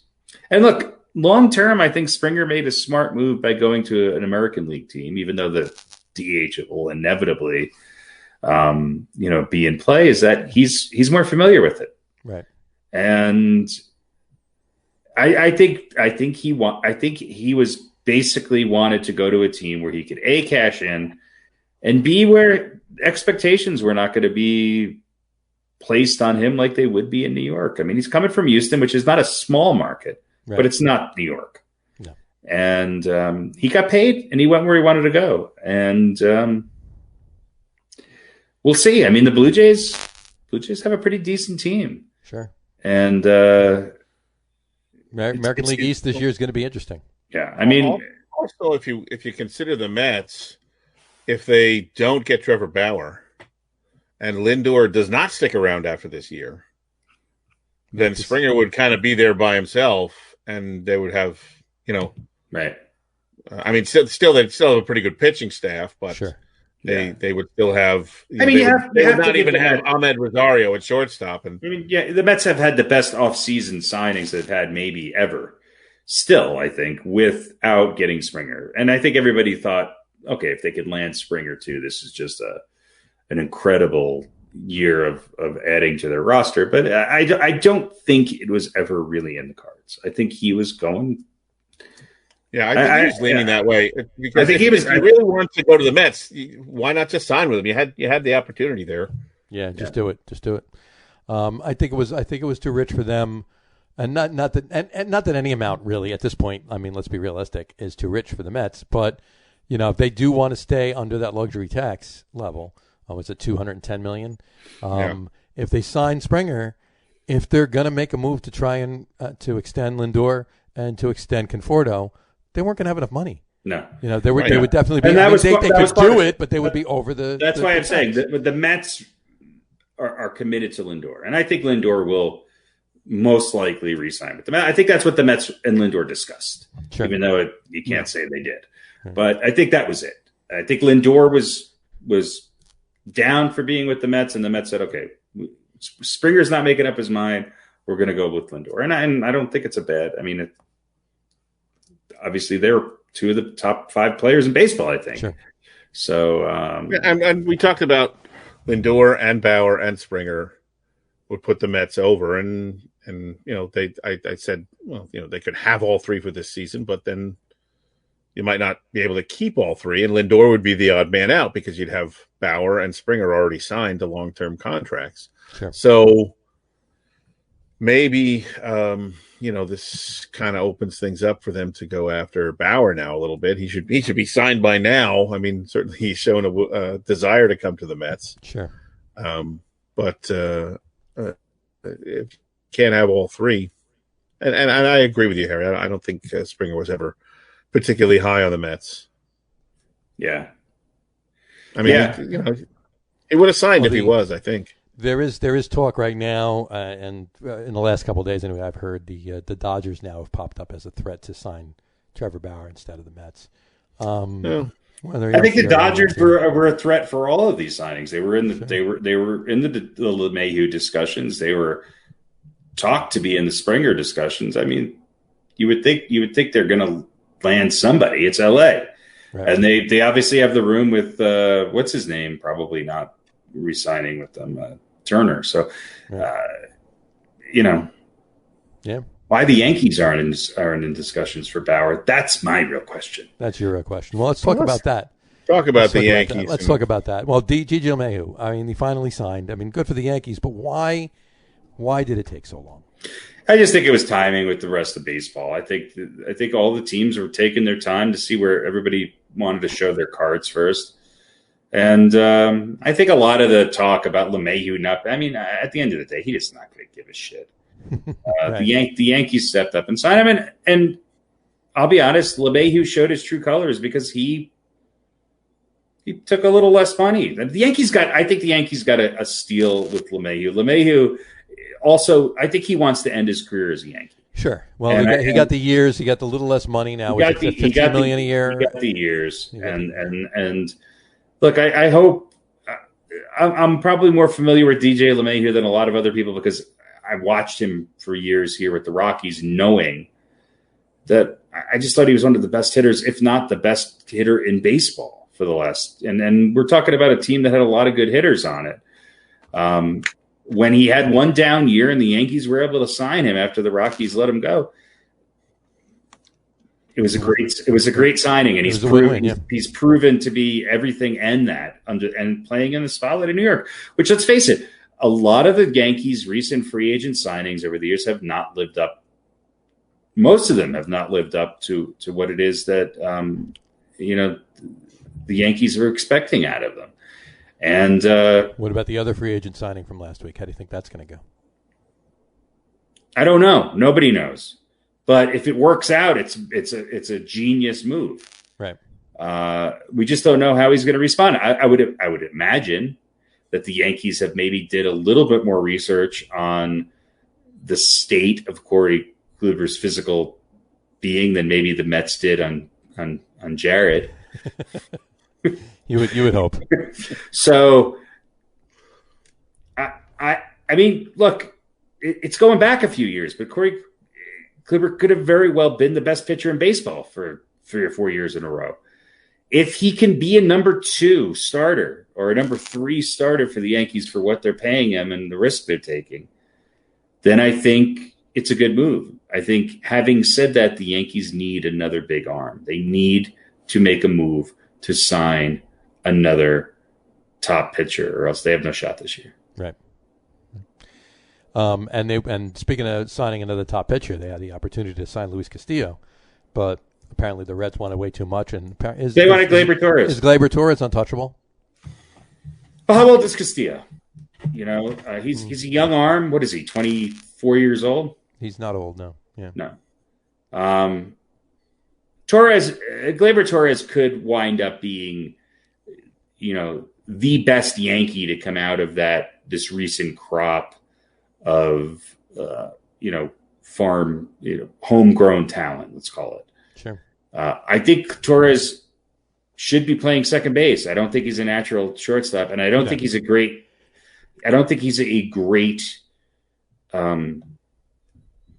defensive player. And he's proven to be mediocre in crunch time at the plate. But the Yankees, I think, as much as the Yankees have committed to other players from that recent crop of young talent, I think the Yankees are actually higher on Torres than all of them, including Aaron Judge. Yeah, I would believe so at this point. He looks to be their top guy. I think he's untouchable. Yeah. And Castillo, he had a good year last year, but how many pitchers in Major League Baseball, with the exception of the top 3 or 4 that we know of, have really had 4 or 5 really great years strung together right now? Yeah. Well, it doesn't seem to happen anymore. No. And so a Major League pitcher is kind of like an NFL running back. You have a 4-year window where they're going to be at their peak. And I think the Yankees realize that giving up Torres would be too much for that. And part of me wants to say go all in right now, but part of me realizes that that's probably the smart move. It's probably the smart move. Well, you talk about another arm, though. I mean, they were you glad they didn't re-sign Happ? Yeah. I mean, I think he's a borderline 5th starter. I mean, I just signed with the Twins today. I know. Today too, yeah. I was high on Happ. I thought he was going to be but he's mediocre, and he's sort of getting a little long in the tooth for as far as starting pitchers in today's and Major League Baseball. I just want the Yankees to get another. I want the Yankees to have a 1-2 punch that is unbeatable in the postseason, and I think they're halfway there with Cole. Yeah. Well, I feel the same way about the Mets too. Because the Mets are happy, and that's why I've always said, if the Mets were offering up their top pitcher for Gleyber Torres, I would say go for it. Well, let me ask you a question. Would you want to trade Garrett Cole for Jeff McNeil or Pete Alonso? No. Then why would the Mets want to trade Jacob Right. deGrom for Gleyber Torres? Well, I think there's a big difference in what you're comparing. Yes and no. Gleyber Torres could be, but the Mets don't need him now because. But I mean, if you think about the Mets with Torres and Lindor up the middle, Mm-hmm. Jeff McNeil's not a slouch. Yeah, but you don't think Torres? I mean, Torres is better. Sure, He but just said he's not a super defensive player, and he's not so good at the crunch time at the plate. So, well, he has. I don't know how that. He hasn't proven it yet, but I tell you what, he'd be a big addition to the Mets lineup. Sure. But I mean, McNeil's no slouch. McNeil was one step away from a batting title last year, and his defense is pretty spot on. So he's a squirrel, right? My point with Torres defensively is that I think his defense would be markedly better at second base. At second base, okay. I don't think he's a bad defensive shortstop, but the Yankees have been a little spoiled at shortstop over the last 15, 20 years. Oh, sure, between Jeter and Didi, yeah. But yeah, no, you're absolutely right. Gleyber Torres is by far a natural second baseman. He's not as good a defensive shortstop as he is a defensive second baseman. I don't think Torres is off limits. I think he's off limits for Luis Castillo. But if there's another level of pitcher out there that I say throw in Giancarlo Stanton, Gary Sanchez, Gleyber Torres, and you just want to clear up some cap space of people that aren't holding their weight, and a couple pandas at the Bronx Zoo, and there you go. Call it a day, and a ham sandwich. Yeah, well, ham sandwiches aren't worth very much anymore. Well, you never know. It depends on the ham you put on it. It depends on the kind of ham. Exactly. So, all right. Well, there you go. And there's not much else really. I mean, there's a couple of things league wise. What do we? The MLB free agent techers Springer signed. All right. It's just looking at this. Real Muto's still out there. I think he's going to re-sign with the Phillies anyway. Bauer's still out there. LeMahieu signed. Stroman obviously signed. Where do you think Bauer goes? And what is Bauer worth? Bauer's going to look for $30 million a year. He's going to look for $30 million a year. He is. You know what? If somehow they don't work something out and he winds up coming to the Mets, I would not be shocked to see him on the Dodgers. No, and I think that's why the Yankees were looking at Castillo and not Bauer. Is that it's the difference between trading and signing. Right. I think they're looking to get somebody with a current contract that's going to be less than what they would have to pay Bauer. Sure. I got you. I think it's stupid. I think they should pay him. But yeah. Hey, well, you never know. And Bauer's been on this kick with 1-year contracts too. I mean, there still hasn't been anything put out there that saying that he's looking for a long-term deal with some team or whatever. He's been going 1-year contract here, 1-year contract there. So, Which, given what the Yankees have done in the past week, seems perfect. Yeah, really. Yeah. But I mean, if you put Bauer on the Dodgers, yeah, no, I know. they're looking to repeat, especially if there's a couple games shorter of a season there. Yeah, they'll be right in there. But well, you know what? I mean, there's a couple other you got. I don't know. Are the Blue Jays done? Are the Blue Jays done? Right? Are the Blue Jays done? What other teams are going all in? I don't know. Yeah. Well, the Twins seem to be making some moves. Obviously, the Dodgers are making moves, and Hernandez too is left the Dodgers, or he's a free agent now anyway. Kiki Hernandez, and whatchamacallit, and you mentioned Justin Turner. So I mean, they got some room there.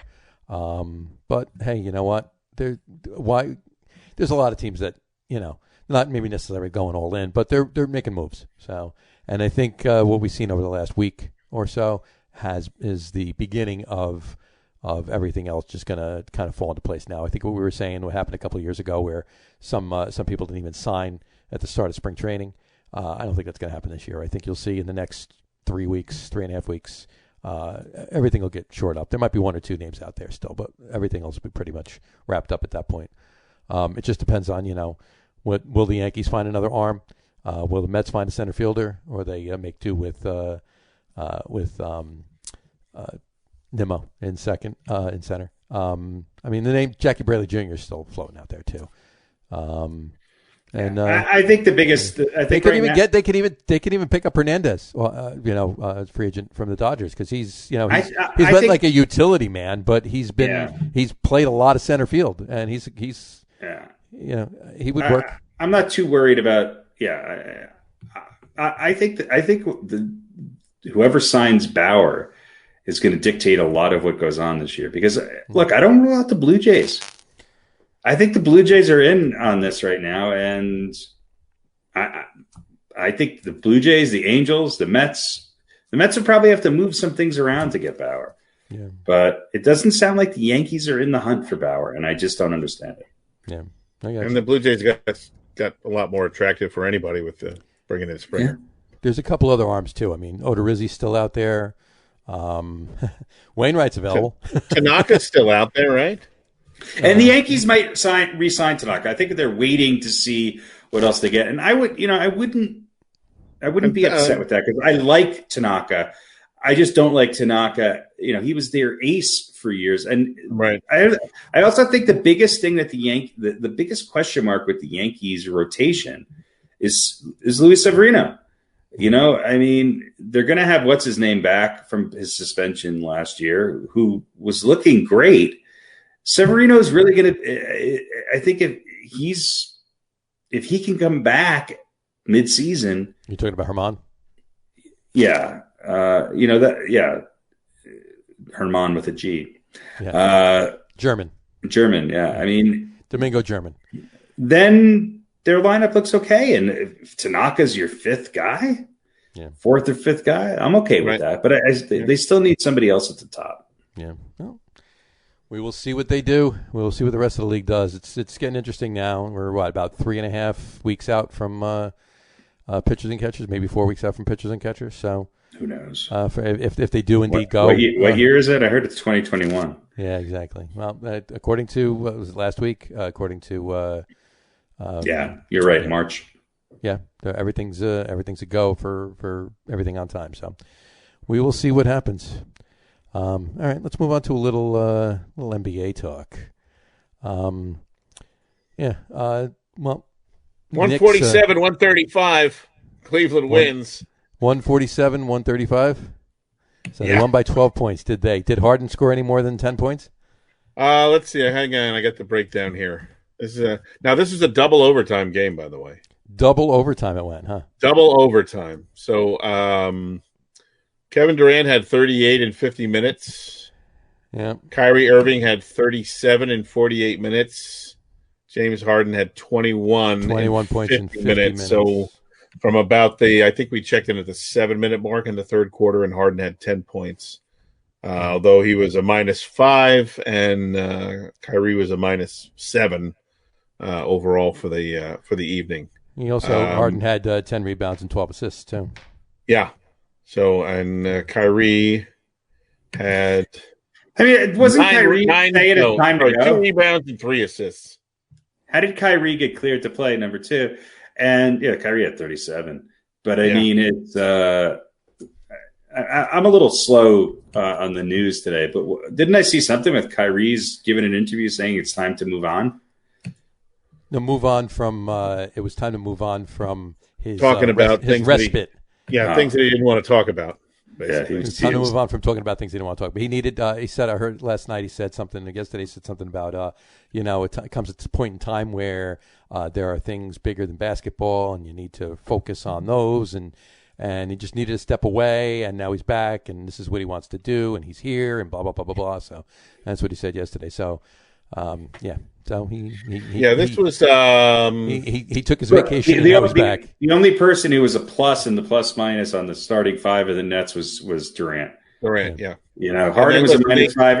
Irving was a -7. -7, yeah. Jeff Green was like a -10. Yeah. Look, they scored 8 points in the second overtime versus 20 for Cleveland. And Sexton had 42, I think, for Cleveland. How is Cleveland winning any games with Larry Nance Jr.? Was it Andre Drummond? I'll tell you what, Sexton was the steal of that draft. Yep, Colin Sexton. Yeah. Well, look, if you look right, Sexton had 25. Larry Nance had 15. Andre Drummond had 13. Damian Dotson had 15. Torian Prince had 17. Jarrett Allen. Yeah, good balance scoring. Good balanced scoring. Yeah. Well, this is where the Nets are going to struggle with guys who. Cleveland's a physical team, which Nance and Drummond and they attacked him, and this is where the Nets are going to have a problem. They're going to have a problem with teams that are bigger than them, and Larry Nance Jr. shoots like his dad. 50% on 15 points and 10 shots. It's I don't know. I'm not sold. I'm not sold on the Nets. I'm not sold on this team. They're 9 and 7, and granted, this is one game, and they're still learning how to play with each other. Yeah. But last couple, that looked like they kind of had it down. Let's compare and contrast. Who came back today? Right. That's what I'm saying. The last 2 games, you had Harden and Durant reunited, right, from the old OKC days. Mm-hmm. And look, Harden being on his best behavior. All right, maybe he just wants to win. I think Harden was on his best behavior tonight. He took 14 shots. Yeah. 14. When was the last time James Harden took 14 shots? He had 10 points with 7 minutes left in the third quarter. He played 51 minutes. Yeah. He played more minutes than anybody else and only took 14 shots. That's selfless play. Yeah. He had 10 rebounds and 12 assists tonight. Yeah. So we've seen the last 2 games. He had a triple-double. We've seen the last 2 games, he and Durant working together. Now you bring Kyrie into the mix. And Kyrie took 28 shots. That's what – look, who's going to bring the ball up? Who brought the ball up the last 2 games? Well, Harden did. He brought the ball up. And then he dished and he played defense and he got in the passing lanes. And now you've got Kyrie who says, "Hey, that's my job. I'm the guy who brings the ball up. I'm the guy who, If you can't beat Cleveland, listen. I'm not going to put any big 3. Then I'm not going to put any stock in this first game because it's only the first game. But they haven't even practiced. Harden said yesterday, they won 2 games and they haven't even practiced. I think this is more likely to be problematic than not. I don't know if these 3 guys can subsist together. And they don't have the supporting, Well, you lost good defensive players in what's his name, Tayshaun Prince and Allen. And Allen, yeah. I like DeAndre Jordan. I think he's a good fit on this team. They're again, other than Harris, nobody really played. Yeah, Harris had 41 minutes. Which, he's obviously their 6th man. Yeah, but he shot Jordan 2 for 10 from the field. Yeah, I like the potential. I like Jordan's potential, but I think he's a little bit lost right now. He was not their center, and now he's your center. And and he doesn't have to do any scoring. Just get in there and play defense and block shots. But you also have to shot 6 of 7 from the field, but he only had 4 rebounds, 13 points. He was he was neutral as far as his plus minus. Right. I just don't think the Nets are deep enough right now, and I just think, look, you know my thoughts. I don't think Kyrie Irving is. As much as I have my doubts about James Harden, I will take James Harden any day.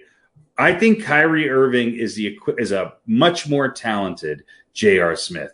There's just something about his presence that makes teams. It's a chemistry ruiner. He's an acid in the petri dish. Everywhere he's been, other than Cleveland with LeBron winning a championship. Right. Well, J.R. Smith won a championship with LeBron, too. Right, but teams have been better without Kyrie Irving. Exactly. There's a lot of garbage players who have won a championship with LeBron. Right. But I'm saying you look at Boston with Kyrie and without Kyrie, they were better. Yeah. You look at Cleveland other than the LeBron championship year with Kyrie, without Kyrie, they were better without him. Sure. So, and as far as what he says, you can't trust anything that he says. He said he's going to stay in Boston, and that was an absolute lie. And everybody, he knew it was a lie, and a lot of other people pretty much suspected it was a lie. Yeah. So he's going to just say whatever he wants to say, and what he really wants to say is nothing. and that's probably what he should say. Yeah, Kyrie's nothing. Just Kyrie's stop. Yeah, I mean, and you're right. It's one game, but it wasn't like they were playing the Clippers or even the Spurs. They were playing Cleveland. Yeah, well, they're playing Cleveland again on Friday, so that's going to be a telltale. We'll see. Well, and you had how many points did he have? 20. Oh, Kyrie 37. I mean, Kyrie scored. Right. No. So Kyrie. So two out of the big three were over 30 points. Right. Yep. 30, 60, 88, and 8 is 96. Mm-hmm. So your big three scored 96 points, and you still you gave up 100. You gave up 147 points. 147. They're not. This is like an all-star. This is like an all-star game right here. Well, they hired one of the coach who's known for his defense as a player. I mean, it's just like his defense is let's start running the other way. You know, while I matador them to the rim. Yeah, defense is not their strength. And again, the trade. Look, it's what me and everybody else said. They're gonna if they make this trade and they don't trade Kyrie as part of the package, then they're going to give up their depth and they're going to give up defense, and that's exactly what unfortunately with James Harden, I think he has to be the guy that the offense moves through. Now, having said that, let's in a fantasy world, would a Chris Paul in lieu of Kyrie Irving help this team? I don't think so.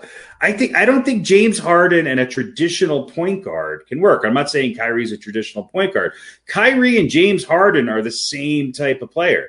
They're going to have the ball in their hand, and they're going to need 25 shots a game. And there's not enough room for two of those guys. No. And Durant is willing to defer. Durant is the most efficient player in the NBA, other than maybe LeBron. And Durant got his shots tonight. No, but I'm saying he's willing to defer, but he will still be your go-to guy. I mean, Durant's stats line is 38, 12 and 8. I mean, and he shot 12 of 25 from the field. So I mean, Durant's the best player on this team. That's saying a lot because they have two other guys who are all-stars in the lineup. It has nothing to do with Kyrie's numbers. It has everything to do with Kyrie. I just don't think. I mean, Harden must have known what he was coming in for, unless there's some sort of whispering that there's a deal on the table for Kyrie Irving. They must know that, hey, this is what we're gonna run with. Well, it could also be a case where they just have to wait till he implodes. Yeah. That might be James Harden's, or look, if Harden comes here and he's a good boy and it just doesn't work, well, then who do you think the odd man out is going to be? It's going to be Kyrie. Sure. And somebody's going to take him. The Nets are going to have to eat it.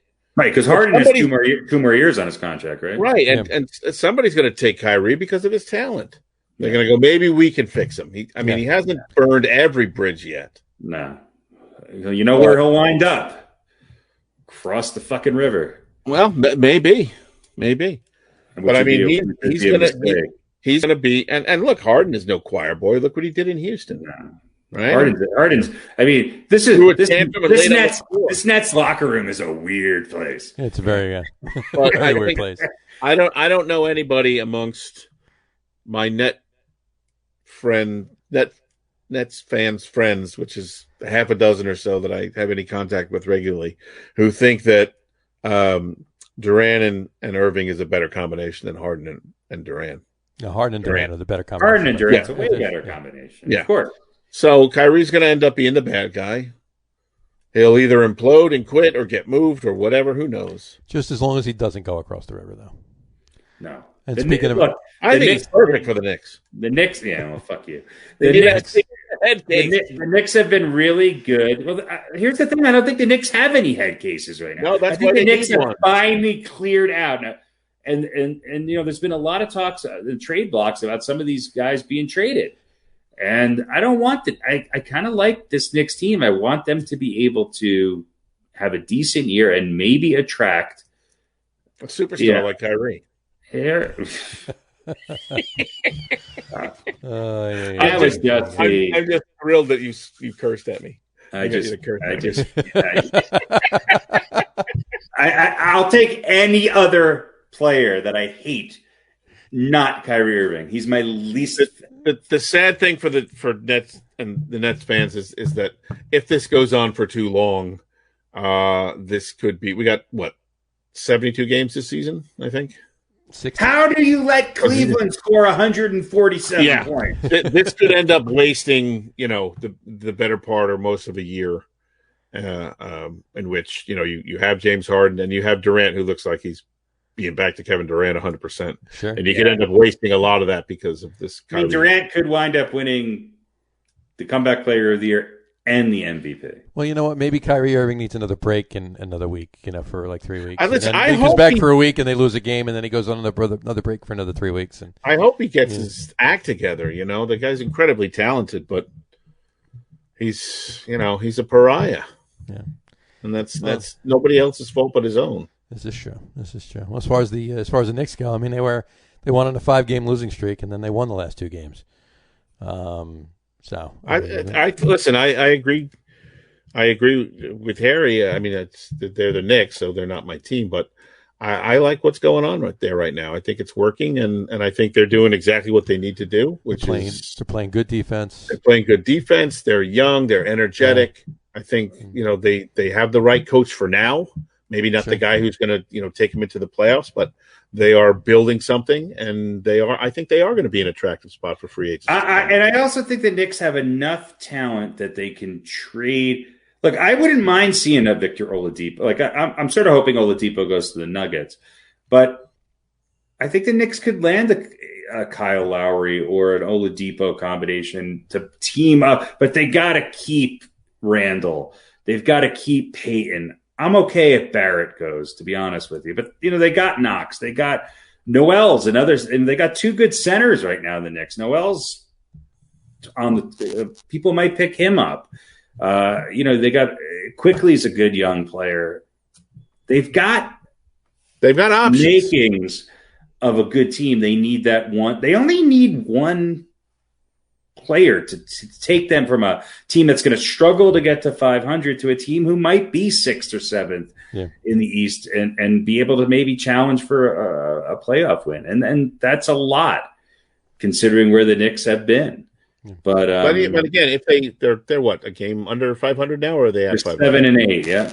Okay. So when did they get their 7th win?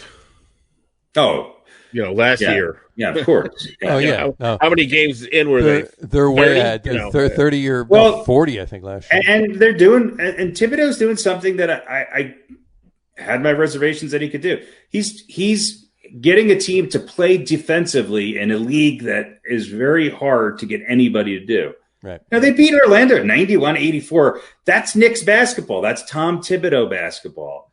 And he's got these guys kind of bought into this. This Knicks team, less talented, sort of reminds me of where the Nuggets were a few years back when all of a sudden Jokic started coming into his prime. Now, the Nuggets don't play as good a defense, but the Nuggets grew into a little bit more of a defensive team, and then they lost those guys who were the defensive sort of knuckles of that team, and that's why they're a 500 team themselves this year. Yeah, right now they are. But if the 7-7 right now. If the Knicks keep doing what they're doing and they don't bring in that big name this year, and they're close to 500, you've got to consider that an incredible improvement. Absolutely. And here's what I've been noticing with the Knicks. Okay, and if you look at the box score from Orlando, is that all of their starters were in, well, with the exception of one, were in double digits on the plus side.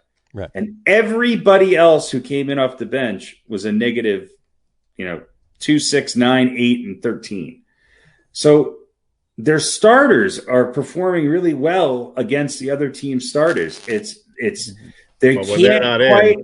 can't quite find that second team bench combination that's going to work. And granted, COVID and people being out, and there's a lot of things going on there, and it's early in the year, and they're a young team.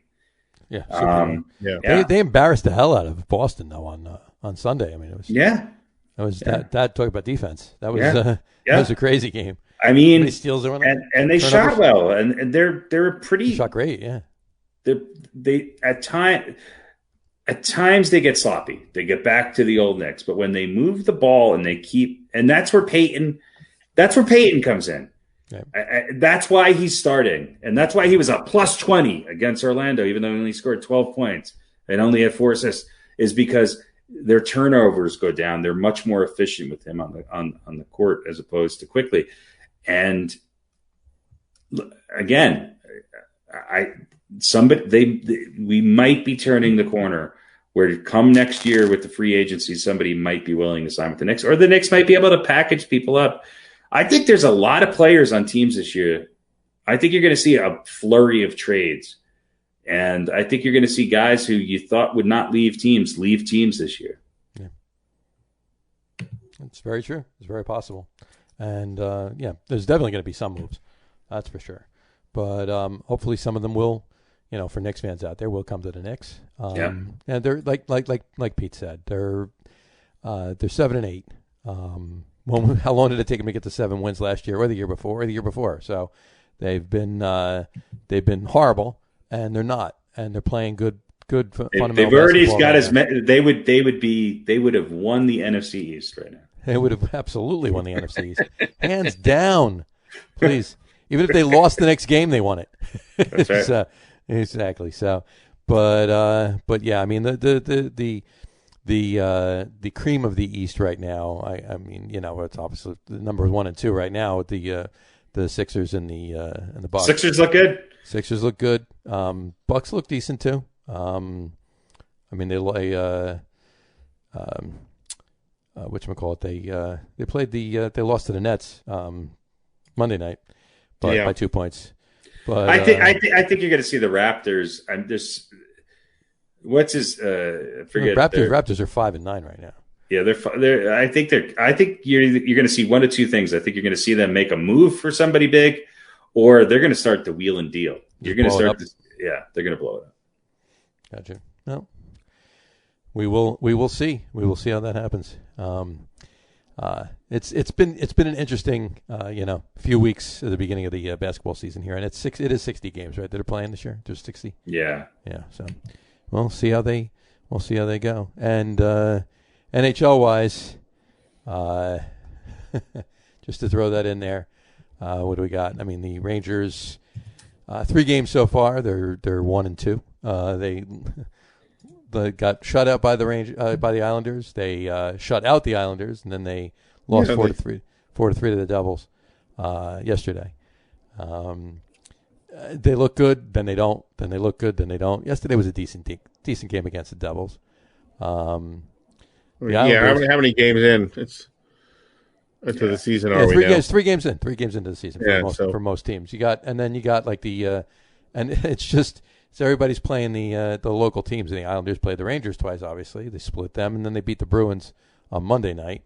And then the Devils started the season losing to the Bruins and then beating the Bruins, splitting with the Bruins, and then beat the Rangers last night. So yeah, the Los Angeles Kings are undefeated and in last place. And we lost Pete for some reason. His quarter ran out. He forgot to put another one in. That's right. But the point system in the NHL just drives me nuts. It's crazy. You don't get it. Hey, what happened to you? You had to. I don't know. I just said your quarter ran out. Wait, I'm not in the right spot. This is disorienting. I must have said something wrong. I got booted. I don't think I can move anybody around. Can I? I don't know. Yeah, I don't know. It's going to be Tampa Bay, and there we go. Look at that. I mean, the Avalanche are looking all right. Everybody looks okay. Like I was saying, the Kings haven't lost a game yet, and they're in last place. Vancouver's 4-1, although they have 3 ties. They're in last place, and Buffalo Sabres are 4-1, and they're in last place. So it's a whole different world in the standing structure in the NHL. A little too early to say anything. This is what you get. It's been an interesting first week. This is what you get with these communist sports. It's been an interesting first week in the NHL. Let's leave it at that. I just hope that both for the NHL and the NBA, that these vaccines start to help just calm down because they're not in the bubble, and it's just it's gonna happen. There's just too much. This is true. Well, we got a big week of championship games this weekend, and who cares about hockey and basketball right now, right? Well, we're going to care about hockey and basketball in about 2.5 weeks. That's all we're going to care that's about. all we're going to be talking about. So that and needlepoint, I think, will be top 10 needlepoint patterns will be our. We could probably start previewing the Olympics. Yes, that's right. Do that. Yeah. Top 10 pole vaulters. I think breakdancing is going to be a new. They're adding breakdancing, and does breakdancing still exist? And the lambada is entering. Does somebody have to inspect the cardboard? Probably. Yeah, it's got to be consistent from. It's the same. It's got to be the same cardboard. 3-ply corrugated. Those damn Russians are going to use get everything from Uline. Waxy cardboard. Right. Sergey waxed his cardboard. We didn't know it was waxed. Yeah. All right. I was gonna make a bad joke. That's my new novel I'm writing. Sergey waxed his cardboard. It was a slow night. It's a thriller. It's a thriller. That's right. It'll be available on. All right, I've been Shutterstock books.